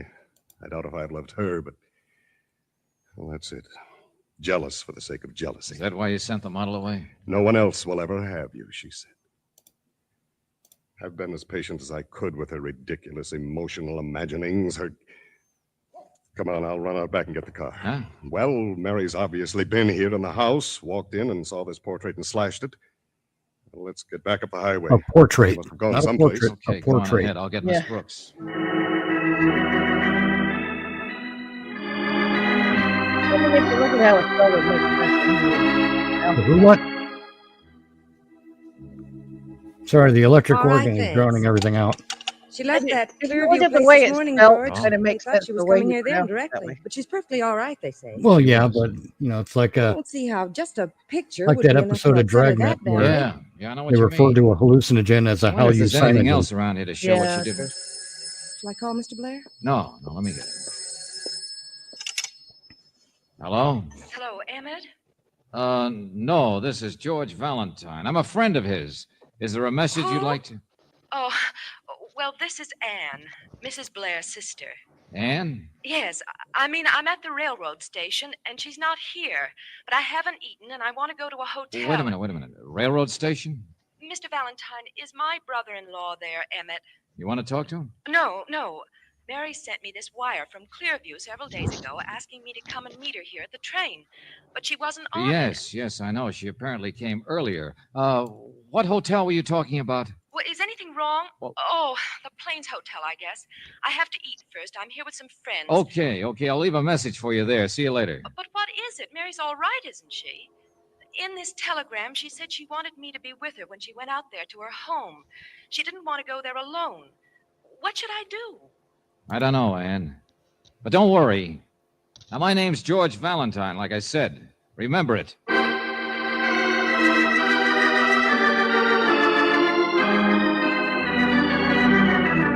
Don't forget I'm the protagonist of this here show. Yeah. Seems a little ridiculous to have called the sheriff's office. We want to find her, don't we? Well, yes, of course. But if you hadn't stayed so long in the house, what kept you anyway? Nothing. Just getting a search started, that's all. Poor Mary. She's always been so... Listen. Yeah, somebody's horn stuck. Hey, that's the bridge up there, isn't Stengel. That's Stengel's truck. It's just parked there. Yeah. Hey! Hey! Hey, what's the matter with you, Stengel? Saw your headlights. Afraid you'd turn off the other way. Wanted help. George, there's blood on his face and his clothes No, are... I'm all right. Scratched, that's all, but I twisted my ankle. Took me a half hour to get down there. Well, what happened? I tried to stop her. She was standing the same place. I always drive out this time of night. Who? Well, I'm sorry, but by the time I crawled down there through the woods, over those rocks... Must have been Tamara Voorhees. Not hiding her hair over. Mary? She jumped. I tried to stop her. She screamed and she jumped. Come on. No, now there's no use, Mr. Valentine. Current's too strong. By this time, there's a waterfall half a mile down. Oh, no. Oh, the poor thing. That organist is Don't everywhere. Understand it, but now it's happened, hasn't it? There was nothing anyone could do. Stengel saw her commit suicide. That's all there is to it. Wait, would he be an organist or an organizer? No. Or a perfect murder.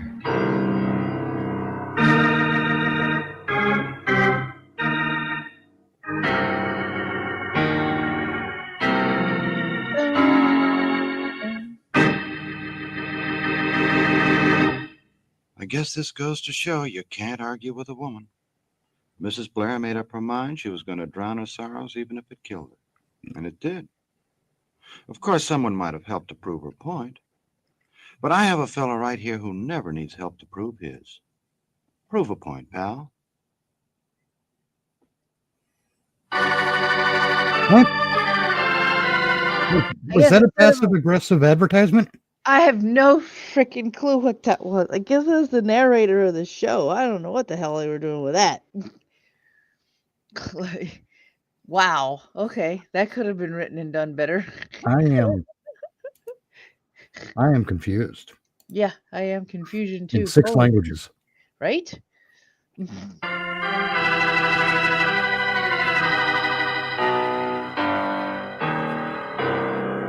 Okay, before we do Act 2, everybody in the chat, please be aware that I do take requests for old-time radio shows.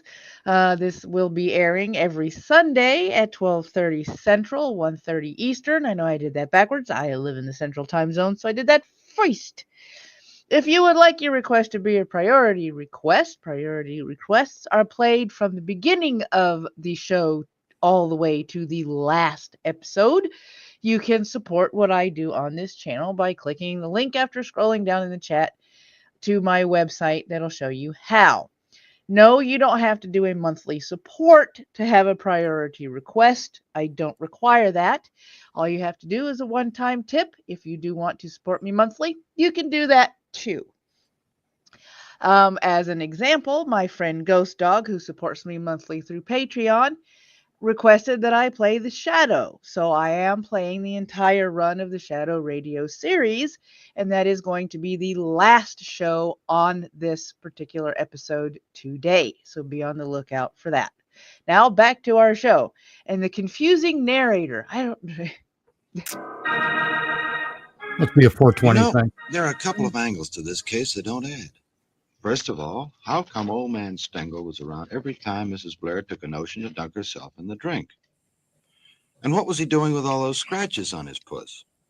Did Mrs. Blair do it, or had he been playing patty cake? Do I have to point out for And where does Mr. Blair those who may not be aware that in the old days, plowing with painting? when they He also might refer be to able your blend puss, money they and were make talking about your face. Yeah. But who did he hire to push wifey off the trestle? All I know is that even if Blair couldn't paint a cow, he's a past master at throwing the bull. Speaking of bull, here's a prime specimen. Only this bull doesn't have horns. The fact is the case is now officially closed, What? and I'm going home. But why is it closed, Yeah, Lieutenant it's Johnson? narrator, Sheriff's man. office found the body down the river below the falls. Drowned further up, I Did you say suppose. that George is full of Wasn't shit? easy to even find her after No. she'd been over that falls. All those sharp Maybe he rocks. was referring to the police officer?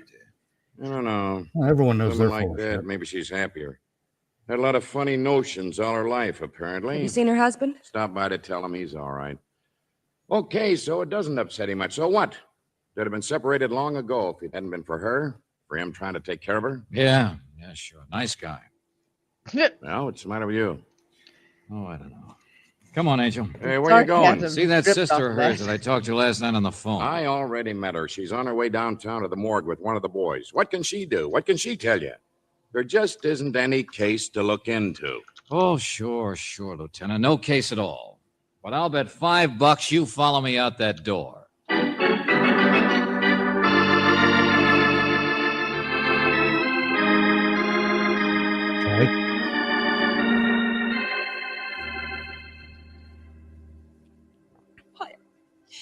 I don't know anything about them, really. I don't. It's been years since Mary and I. Yeah. Now, look, I know this hasn't been pleasant, Anne. I'm sorry, I can't help it.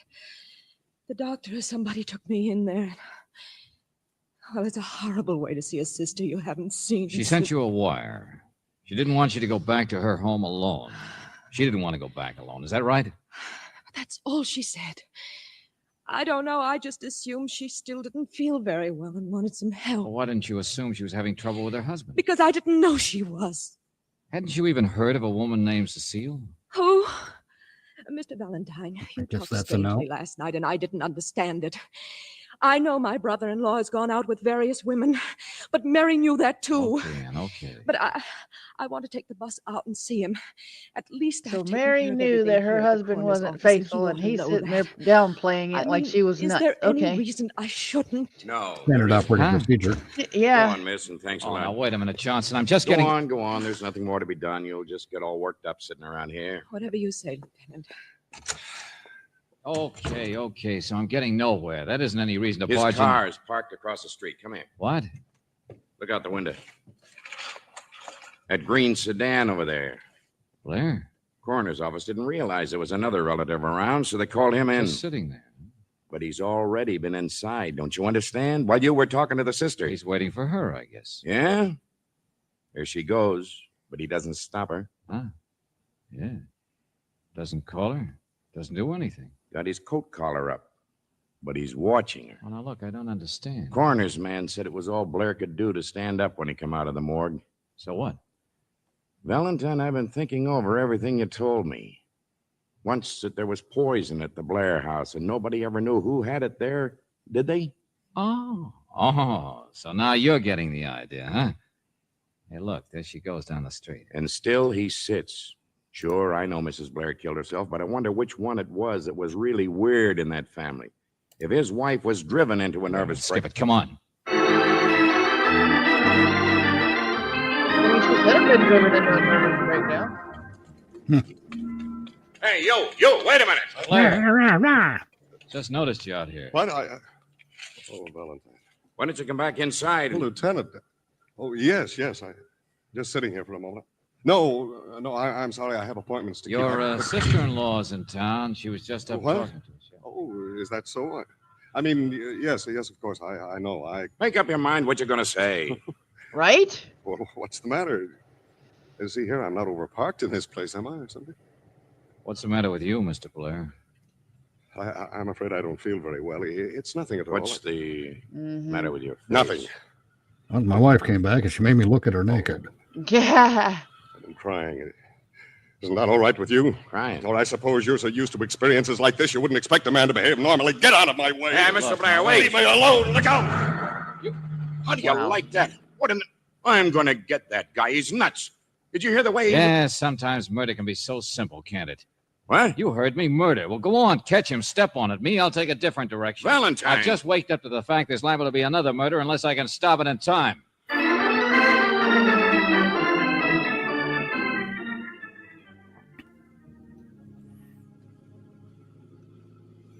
It's madness. Here's the turnoff, George. Right? Yeah, let's park it here a second.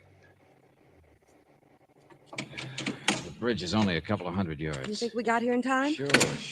But I want to look at something first. Well, if you take a bus, I suppose it stops at the intersection back there. That's right. And then it's only half a mile walk across the bridge to Stengels and Blair's. George, you could walk on the road. You don't have Wait a to minute walk. now. Just wanted to see the river, that's all. Can't hear the falls from here. No. Half a mile down. A couple of bends, I guess. Water looks deep under the bridge, doesn't it? Yeah. George, look. Mm. No, by the road. Walking from the highway. There she is. Oh, yeah. Come on, let's get back up there. Are you sure, George, that you figured out... I'm not sure of anything, Angel. Just don't want to take chances, that's all. But you didn't get any answer at that telephone number that I asked you to call before, and then... What's the matter? What are you stopping for? It's Anne, George. Aren't you going to stop her before she gets out on the bridge? Green sedan. Hmm? Sure, she came straight out. Only where is... Hey, George, there he is. don't be afraid. I'm not going to hurt you. Wait a minute now. I was coming to see you, Emmett. Yes, I know. This is the place, isn't it? Emmett, what's the matter with you? You don't have to ask that. Get away from me. I was coming to see you. Get away from me. Wait a minute. Running won't do you any good. Come on, step on it. Stop. I tell you, stop. I'll get you No, no matter what. George.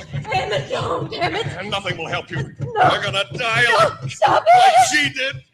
Let go of her, Buster. Well, that was the quickest organ You're all thing. right. Right? I don't know what he was going to do. I was going to see him, but I don't know what he was going to do. I know. That was your mistake, lady. What? Yeah, the poor guy's out of his mind, practically. I suppose he might have thrown you over the edge. Get away from there. Oh, not too far down. Water's deep. You could swim, all right. Oh, don't get so near the edge. That's where Mary Take it jumped. easy now. Take it easy. Everything's all right. You know, Emmett's mistake here was to cry.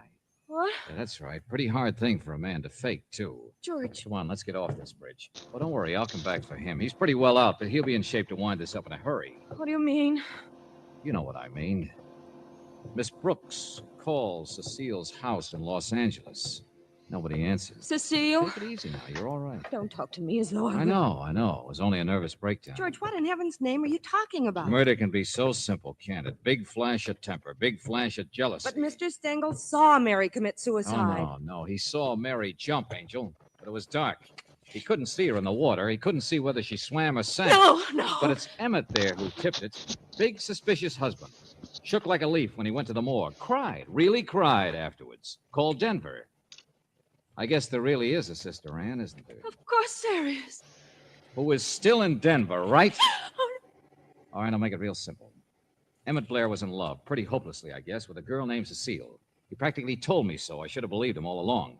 Her picture was slashed by Emmett's wife, Mary, who came home unexpectedly too soon. It's Cecile's body that's at the morgue. What did you say, George? That's not true. That's what shocked Blair so, what tipped him off, what upset him so much he might have committed murder himself. Stop it. Yeah, Stop it. Yeah, that's right. It's Cecile's body. And you're Emmett's wife. You're Mary Blair. What's more, you killed Cecile. Oh, no. There it is. There it is. Big reveal. Oh, yeah.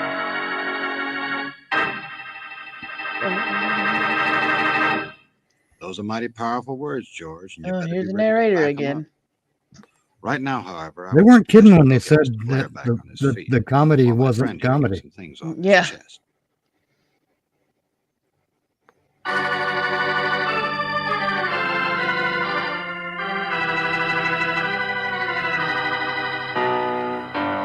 I don't know why they built it as a comedy to start with. George said earlier that this was almost a perfect crime. What could be more perfect than to be able to bump yourself off and live to tell the tale? I wonder where Mrs. Blair slipped up. Or if you'll take that ice bag off your head, Emmett, maybe you could tell us. I didn't What? guess before I came to the morgue. How could I? Oh, now we go right to Emmett. Stengel had seen the whole thing. And Mr. Blair, Stengel saw it twice. That's where your wife got the idea. Because what he saw the first time was Mary on the bridge, just after she'd managed to shove Cecile over the rail. Yeah, she got her out there to do it, I guess, and then hit her with something. Because she knew what had happened to a body that went over the waterfalls down below. You mean identification would be almost impossible? Yeah, she had a very neat plan, all right. Once the big temper wore off, the crazy jealousy, she decided that she would identify the body, which she did, posing as Sister Ann, an identification which nobody would question. She thought you'd protect her, as always. Mary was a fine swimmer. Yeah, that's right. That's what happened the second time Stengel saw it. She realized before that he thought she was trying to kill herself. So why not capitalize on it? Wait until his return trip in the evening and dive over. In the dark, she could swim ashore and go back up to the highway before he'd get down to the river. Yes, perfect murder. She tried it before, you know. Trying to use poison on you mean? Yes, but I couldn't really believe it. That was my trouble, I suppose, never believing Mary was You dangerous. should have divorced her, damn. It ended up with me almost committing murder. No, you wouldn't have killed her. I know you didn't tell Johnson and me what you just discovered at the morgue, and I had to knock you down to stop you, but you wouldn't have killed her. Thank you. Come on, George. Yeah, sure. Goodbye, Mr. Blair. Goodbye. George, I bet he would have killed her. Yeah. After all she'd done to him. No. After killing Cecile. No. After trying to come back to the house as her No, own sister. no. You see, a man can go just so far, and then his own censor goes to work on it. Don't you understand? A man can Depends on go the dude. just so far and then his censor makes him stop? Yeah, sure. Well, as far as your romantic Half inclinations asleep. go, Yeah. I can understand that, all right. And that is it for Let George Do It. Yeah, it's kind of hard to believe that they tried to build that as a frickin' comedy. There's nothing funny there. I mean, not even accidentally funny. No, not even. Not even remotely funny. I don't know how they tried to bill it that way. That was stupid. My God, slow motion in the voice sounds like he's half asleep, right? No kidding. Yeah. No kidding. All right, now we have our feature show, thanks to Ghost Dog, called The Shadow. Yeah. Who knows what evil lurks in the hearts of men? Yoda. The Shadow knows. One of radio's most memorable dramas, the show chronicled the adventures of Lamont Cranston and his companion, Margot Lane. As the Shadow, Cranston used a hypnotic power to cloud men's minds so they cannot see him. This power was routinely used to battle crime lords, mad scientists, psychopaths, and even werewolves, all of whom learned from the Shadow that the weed of crime bears bitter fruit. Crime does not pay. The Shadow first appeared on radio in 1930 as the narrator of CBS's Detective Story Hour. By 1932, the character was the star of his own show and soon became the hero rather than the narrator. Frank Reddick played the role of the Shadow until the show left the air in 1935. When the Shadow returned in 1937, the title role was played by 22-year-old Orson Welles, with Agnes Moorehead as Margot Lane. The Shadow, Really? Agnes Moorehead? Yep. The Shadow was later played by radio veteran Bill Johnstone, 1938 to 1943, and Chicago-born actor Brett Morrison, who assumed the role from 1945 until the show's last broadcast in 1954. The Shadow was inducted into the Radio Hall of Fame in 1989. And so our future show, let's try that again. Stop, rewind, edit, play. Our feature show, The Shadow, episode, The Poison Death.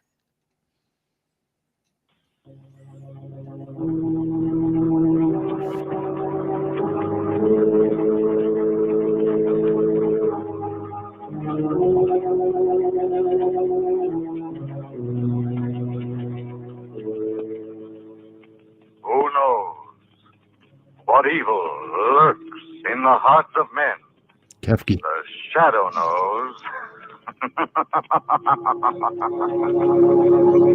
The maniacal Blue Coal presents The Shadow, the mystery man who strikes terror into the very hearts of shopsters, lawbreakers, and criminals. Today, The Poison Death. And Parallel Parker. Today's exciting adventure with The Shadow will start in just a moment. But first, I have an unusual free offer of great interest to all listeners. John Barclay, Blue Coal's heating expert, has written a book, How to Reduce the Cost of Heating Your Home. And you can obtain a copy of this attractively illustrated 24-page book Illustrated. absolutely without charge. Not illustrated, Just address illustrated. Blue Coal, Right. 120 Broadway, You New got the York accent on City, the wrong or syllable. write to Blue Coal in care of the station to which you are listening. Drop a postcard in the mail tonight for your free copy of How to Reduce the Cost of Heating Your Home. I'm going to tell you to buy blankets. Mercy Hospital. Quick, send an ambulance to 217 Shoreview Road. My children, they're poisoned, dying. Oh, hurry, hurry, please, hurry. Blue Coal Festival. Doctor. Back then it was, Sherlock. He's been poisoned. Poisoned? Isn't there something you can do? Some way of saving him? No, I'm sorry, my dear. It's too late. Your husband is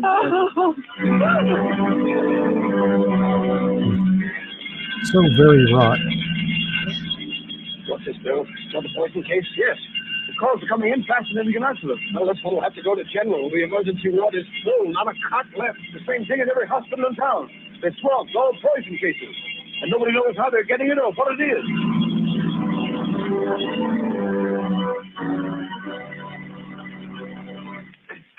Come in, Commissioner Weston. I came over as soon as I got your message, Mr. Mayor. Sit down, Commissioner. You know why I sent for you? Yes.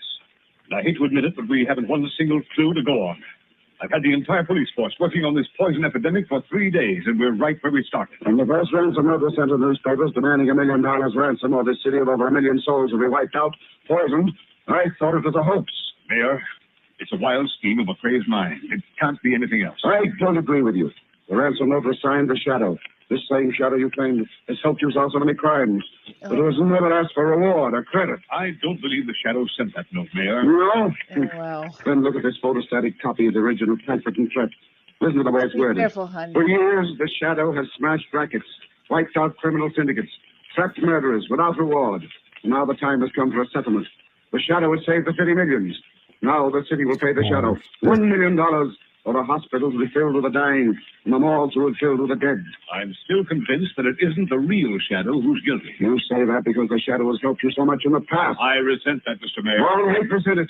But it's up to you to get busy and find out who's responsible. The fact remains that no clues have been found. Well, I've got to have action. I'm doing everything I can. Maybe you are, but you ought to do better. Look at this report.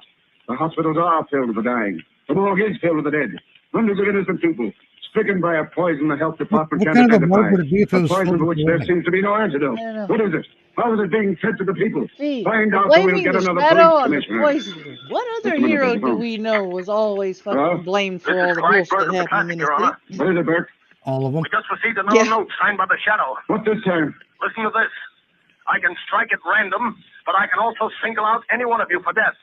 To prove it, I am going to poison Dan Brinkley, Commissioner of Sanitation. When you get this through the mail, Brinkley will be dead. Oh, that's funny. Going after the commissioner of sanitation.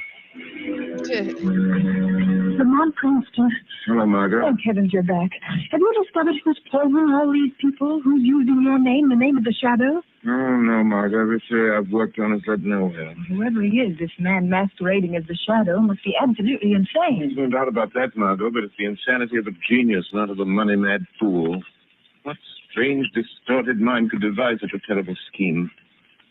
Margot, The Shadow knows. let me see that map of the city again. I'll get You know, the one where we marked all the Shadow, areas he affected by already this slow sort of poisoning. Yes, I know. Hmm. Here you are, Lamont. There you see. The cases are widely scattered all over the city. Well, have you any idea how these people were poisoned? Must have been through food or milk or something. There have been so many poisonings. It doesn't seem humanly possible it could have been administered individually. No, they were poisoned in groups. In every house affected by the poison, no one escaped. It wasn't poisoned milk. The newspapers checked on that, and it couldn't have been the food. No, the food those people ate came from 100 different stores. Wait a minute, Margot. You've just given me an idea. What's the one thing that all these people must have had at some time or another on the day they were poisoned? Deodorant. What do you mean, Lamont? Margot, I think I've got it. Water. Yes, water, that's it. How could that I be? don't know, Margot, but that's the answer. I'm sure of it. That explains the grouping of the poison cases. But how? Could have been done if the water meter introduced into the main pipe in the basement somewhere. So many different places without somebody Yes, noticing. and Margot, who could tamper with the water pipes from the basements of any building in the city and not arouse suspicion? Why, only someone from the water company is the man who reads the meter. Exactly, or someone posing as a representative of the water company. Oh, sir. Margot, come on, let's open the window. Something else has happened. Oh, Lamont, it's like a nightmare. Yeah, so, actually, the Shadow is where the Batman was born. That's where they got the idea for Batman from. Oh, it's one of the inspirations, yeah. Oh, close the window, Margot.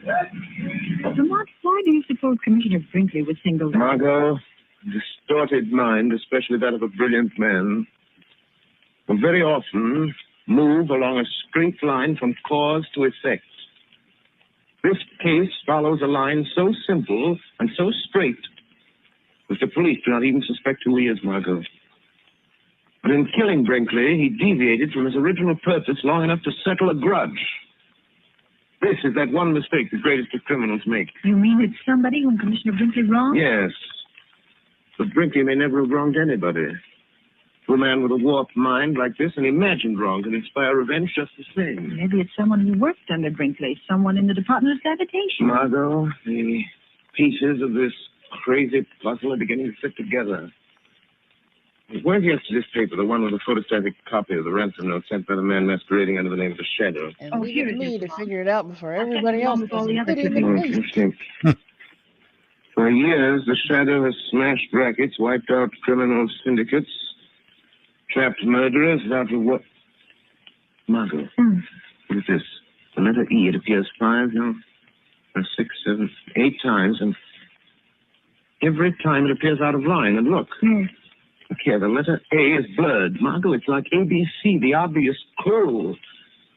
We could only find that typewriter. Lamont, out of all the typewriters in the city, it would be like looking for a needle in a haystack.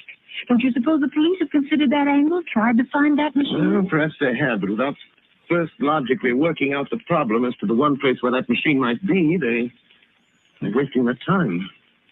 The one place is the Department of Sanitation. It's so logical as to be incredible. Come on, Margot. Get your hat and coat. We've got work to do, and there's no time to lose. But Lamont, you're not going to the Department of Sanitation at this hour of the night. Why not? Well, suppose you were caught. Don't worry, Margot. The real Shadow won't be caught. I need your help if we're going to try out all the typewriters in those offices. It's a job for Lamont Cranston and his assistant, Margot Lane. But if we're caught, how long a sentence can they give us for breaking into a public building? It's worth risking, and far better than sitting here building upstairs and knocking them down again while this mad masquerader carries out his monstrous schemes of wholesale murder. Come on, Margot, let's go. Shadowmobile. So dramatic. Out his plans of wholesale murder. Oh, Margot. No, this isn't the machine. No, it's the last one in here. Let's try the next office. Be careful of that flashlight, Lamont. Must be a watchman here in the building somewhere. I'm down in the basement sweeping. I made sure of that before I signaled you to come in. It looks like another exploded theory, Lamont. We've tried dozens of machines, and none of them have the characteristics of the letters in those ransom notes. They're not going to stop until we've tried them all, Margot. There's the door there, leading to the back part of this floor, Lamont. Yes, it says, private office of chief chemist. Because, let us not overlook the fact that if the watchman was actually awake, you hitting all them keys on them typewriters would have alerted him a long time ago. It's the only one in here. Try it, Margot. Here's some paper. But we're not going to go into that. Out of this place. Not the same way, It's Margot. convenient that the dude's asleep. For years, the Shadow has smashed rackets, wiped out criminal syndicates. Margot, the A blurred. Go on, finish it. Trapped murderers without reward. Now the time has come for settlement. This is the machine that typed the warning notes to the papers. The office of the city's chief chemist. In Gerber's office. It might not have been Gerber. Other people could get to this machine and use it. Margot, everything's beginning to fit together. Who would know more about poisons than a chemist? I felt all along. What was that? A bit of poisoner wood. Yeah. Turn your light over on that door, Lamont. There's lettering on it. Laboratory. Keep out. Who would be in a laboratory at this time of night? Margot, I don't know. Dude, this I'm poison. going to find out. Maybe the man we're looking for, Lamont. Margot, I think it'll be best if you get out of here. Go back to the car. We know it's Margot you're talking to. You don't have to use her name at the beginning of every No, song. Margot. Go to the car and wait for me. Lamont Cranston and Margot Lane There might have potentially, done all they can. be a The time very has come for dangerous me to man. be the I'm Shadow. going to send you by yourself back to the The car. real Shadow. Yeah.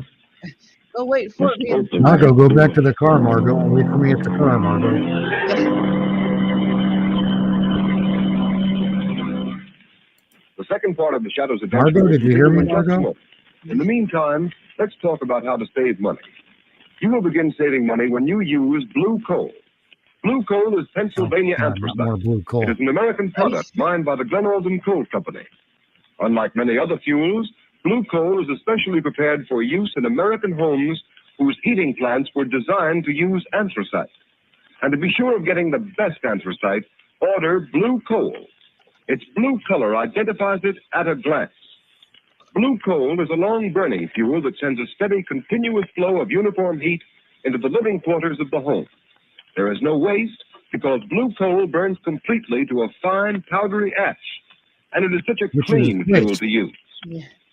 These are just a few of the reasons why sales of blue coal in Stroudsburg, Pennsylvania this winter are 22% greater than last winter. Stroudsburg families have been using blue coal in increasing quantities. These are the families that not only enjoy more comfortable homes, but now save money on fuel bills as well.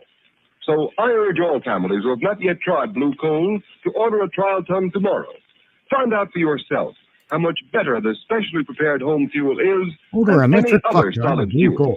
Order blue coal by name in any one of 4 popular sizes: egg, stove, chestnut, or pea.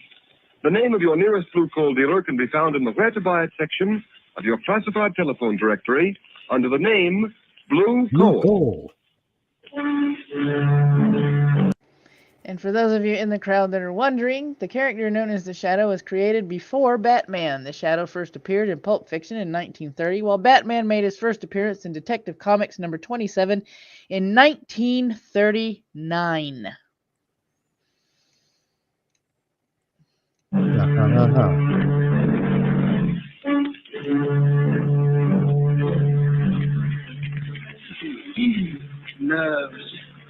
Nerves. Why should I be nervous? No one knows. I'm here all alone. Why do I need to sound like I'm evil? The city chemist. Oh, that's right. I'll never It's tell them. radio. They'll never know that Brinkley is dead. They'll make me commissioner of sanitation. I should have had the job when they gave it to him. I guess he knows it now. Gerber, bring me that report. Gerber, why didn't you do this? Gerber, why didn't you do that? Treating me like dirt. And I'm going to monologue in this voice because I'm evil. Over and done with. How did that door get open? Must have forgotten to close it. Must be getting absent-minded. Got to be more Can't be careful. the bad guy in the show and have a normal Someone might voice. come in. Exactly. Might ask me what I'm doing. What I'm making. What are you making, Gerber? Really? What was that? Who said that? Who laughed? The shadow spoke. The shadow laughed, Gerber. Shadow? Yes, Gerber. I am the shadow. You know my name. You've been using it as a cloak to cover your excursions into the realm of murder. Oh, you can make yourself invisible, Shadow. Or are you hiding? I happen to be master of the ancient art of hypnotism, by which I can blind your eyes to my presence. But you are really here in this room. Physically, I mean. Yes, I opened Remember, that guys, door. it's not murder, it's murder. I walked Murder.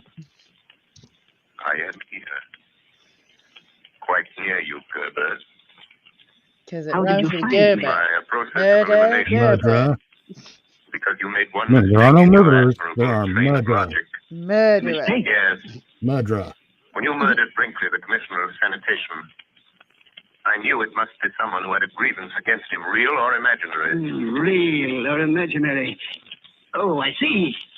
You think I am insane, Shadow? The sanity of a brilliant mind is not measured by ordinary standards, Gerber. Yes, that's it. My co-workers know I'm brilliant. They don't think I'm eccentric because when anybody's around, I'm on my guard. What were you doing when I came in, Gerber? Filling this bottle. What is in that bottle, Gerber? What is Baby that food. crimson-colored fluid? That is the poison, Shadow. I'm supposed to be analyzing the blood taken from my first batch of poison victims, but instead I've been making more poison. You see? It's all ready now. Would you like some, Shadow? I'll be glad to give it to you. What are you going to do with that bottle of poison, Gerber? Or are you afraid to tell me? No! I'm not afraid. I will You can't stop periodically me. call you That Gerber. government That way couldn't everybody stop me. listening will not forget your name. Gerber. I'm going to drive to one of our fashionable suburbs. Oh, one of the Pongo. fashionable ones. People of the city Yeah. live. Pongo, There's a if you're so clever, high-speed why didn't you water switch tower to there. typewriter? Not the ones with the crotchless panties, but the ones with the garter I'm going to belts. climb that tower and pour this little bottle of poison through the trap door at the top. It will be diluted in the water. Going to tell you my Carried into the plan, homes because of all just those like all prominent other people, I don't think we can stop. And by tomorrow night, they will all be dead. It is fortunate I found you in time. In time for what, Shadow? In time to stop you. You can't stop me, Shadow. You're not going to leave this laboratory with that bottle of poison, Gerber. Yes, I am. And I'm going this minute, Shadow. You see this test tube? Yes. It's filled with acid. Acid that will burn you beyond recognition. You forget you can't see me. Yeah, but the only way you can stop me is by physical means, with your body that seems to be not even a shadow. And to do that, you must drop your cloak of invisibility. How do I know that isn't a blind to make myself become visible to you? No, it isn't a blind shadow. See, I pour a little on the floor. You see? Think what that would do to human flesh. And you say you are human. Yes. Yes, I am human. Then I dare you to stop me. At the first touch of your hands, I'll throw it at you. It is better that one man be injured than you should kill another entire community. I'm willing to take that chance. All right. We'll see if you're as brave as you sound, Shadow. Stop where you are. No! I'm leaving unless you stop me physically. I have no alternative but to fight you man to man. Oh, you are human. All right. He just said he was. Well, you are human. Weren't you paying attention? You will be burned beyond recognition. That acid will eat into you to the very bone. Goodbye, Shadow. At last you've met someone who is your match. Now there's no one to stop me putting the poison in that water tower.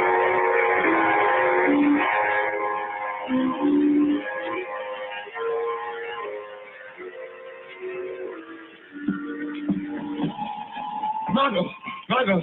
Yes, Lamont. Did you see a tall, powerfully built man come out of the sanitation building just now? Yes, Lamont. He got in a car. There it goes, going down the street. You can still see the tail of Oh, it. Margot, in heaven's name, don't lose him. That's the man, Gerber. He won't get away. Margot, it's the first aid kit. It's in the car. Yes, it's in the side pocket. Oh, Lamont, your clothes. They're smoking. And your hands bleeding. Oh, they're not an idea. What happened? Acid, Margot, acid. He was getting away with a bottle of poison. I tried to stop him. He threw the acid. Oh, Lamont, your face. Let me look at your face. I didn't get anything in my face. I broke my arm in time.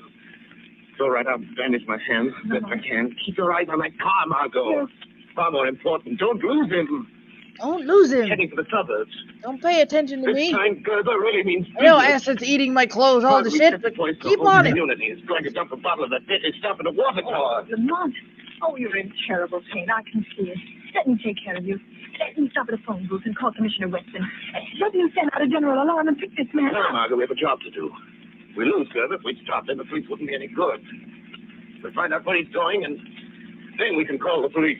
All right, I don't Lamont. know what he was No doing. He thanks. told you. I'll try not to lose him.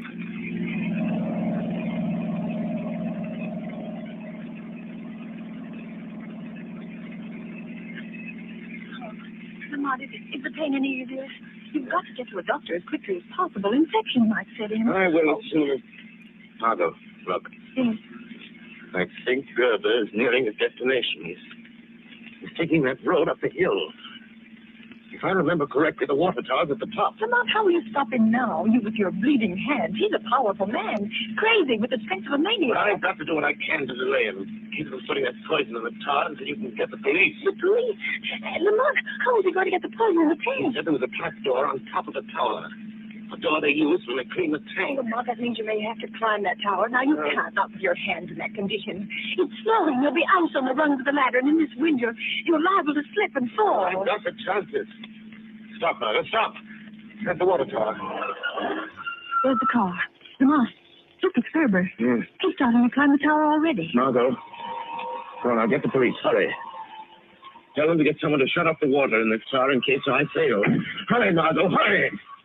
I'm going up there after him. All right, come on, I'll get you.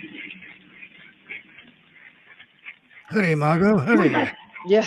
The man you thought you'd left in your laboratory. Burnt and blind with ashes. The shadow. Yes? But I thought I had you. But all right. Keep on following me. You're a long way behind me by the sound of your voice. Yes.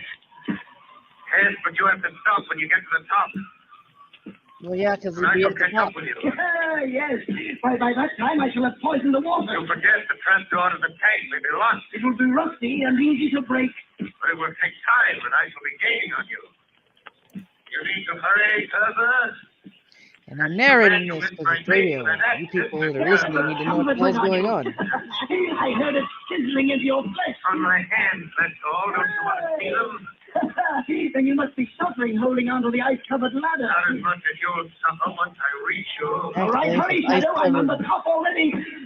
Probably neutralizing the acid. This water The neutralizing trapdoor is the locked. acid. But that won't stop me. I'm going to blow it open with my revolver. The lock is broken, Shadow. You better hurry up. Oh, God. Now I'm opening the trap door. Zed, yeah, Shadow. what's he gonna do when he gets to the top? Climb the air? Yeah, right? Yep. Put the poison in the water. I have the bottle in my hand. I'm pulling out the stopper. And I'm telling you what I'm doing for the audience now. I'm giving you a play-by-play. You broke it. You spilled the poison. You spoiled my revenge. You spoiled it. But you'll pay for it. You're leaving blood marks on the snow with your hands. You can't get off the top of this tower. You can't get past me to the ladder. I don't need to see you to find you. The blood marks will show me where you are. Come and get me, Gerber. I'm waiting for you here on top of the tank. I know you are. And you can't go any further, or you'll slip and fall to the ground, hundreds of feet below. Don't be so sure, Gerber. There. I touched you, Shadow. Oh, you squirm very cleverly. But I got you. I got hold of you. You won't get away from me, Shadow. Who whines about the revenge getting spoiled like their cake was ruined? This guy? You warned the police? Yes. But before they get here, I'm going to throw you off the tower, You Shadow. might fall off yourself if you try to do that. If I do, I'll pull you off with me.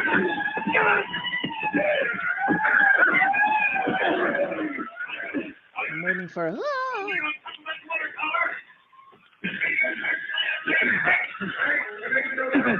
Commissioner Weston. He's come to take you himself, Gerber. You can feel honored. You never get me. Do You never holler take me in alive. 3, 2, 1.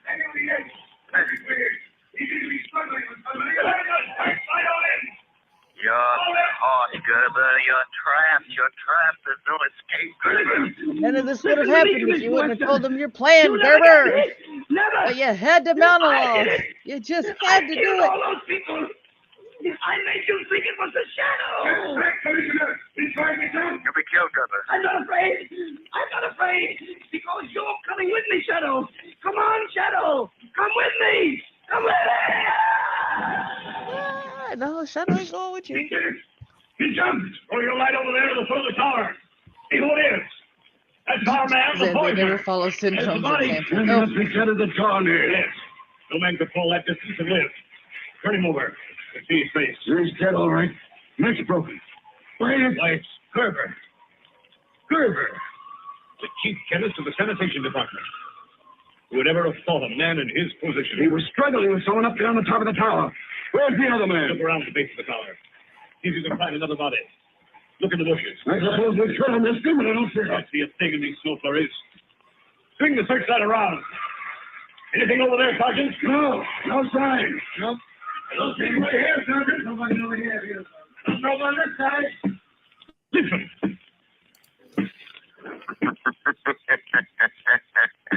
Shadow. Yes, Another man is Commissioner spread Weston. across 3 city blocks to get a mop. The Shadow. I am walking down. And Commissioner, don't bother to search anymore. I am the man Gerber was struggling with up on the tower. So, you trapped Gerber? Yes, Commissioner. I trapped him. Gerber's your man. The man who tried to poison the people of the city into paying him $500,000. Well, he won't poison any more by the looks of him. Nope. That'd be kind of And hard. now, would you do something for me, Commissioner? By all means. If you don't mind, Commissioner, I'd like to publicly take the credit for solving this mystery. Gerber committed his crimes in the name of the shadow. And I rather think the real shadow deserves to be vindicated. Don't you? With the music? That's right, with music.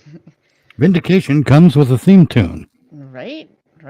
And that concludes our first old-time radio media in over a couple of years. Yeah, it's been a couple of years. It has been. It has been. If you wish to support me, I am putting the link once again in the chat. Just click on that link. It'll take you to my website and all the different ways that you can support me. Once again, if you want to requests, I'm always open for requests. You can put the name of your very favorite old-time radio show. However, if you want the radio show to be prioritized and played from pilot episode all the way to its conclusion, you will have to support me either via a one-time tip or being a monthly patron. You do not have to be a monthly patron in order to get your request prioritized. I don't play those kind of games. That's probably why I'm broke. But anyway, that's just the way I'm running my stuff. And there's a couple of links that Mitch wants to share, so I'll shut up and let him shill himself. I already did. But anyway, once again, Monday night at 11 p.m. Eastern. I'm always clicking on the wrong thing. Monday night at 11 p.m. Eastern on the Minions of the Zoo channel, there is Minions of the Zoo in Space, where we play Star Trek Online in the background while we discuss a wide variety of topics. I forgot how to click copy for a moment. Pardon me. Paste. Go. And at 5 p.m. Eastern on Thursday nights, you can find a group of us doing our movie show called Never Watch Alone, in which we give a bunch of fan films, indie films, and even real films the MS3TK treatment, but we do review them at the end, and in many cases, we don't just MS3TK them. We also do a running commentary on things that stand out to us. Mm-hmm. Copy there. As you know, sometimes you'll get a great story and the film will look like crap, but other times you get great cinematography and visual effects, but there's no story. There we go. And Angela says, unfortunately, the egg hunt took forever. That's fine. She might be a little late with us this week on Never Watch Alone, when we're watching the classic film To Kill a Mockingbird. Excellent film. Yep. So until next time, my friends, be good. And if you can't be good, at least be good at it, and don't get caught while doing it. If you can't be good, be careful. Yep, this show airs every Sunday at 12:30 Central Standard Time on this channel, or should I like to say for nostalgia's purposes, same bat time, same bat channel. You guys take care of yourself. Bye. Giggity.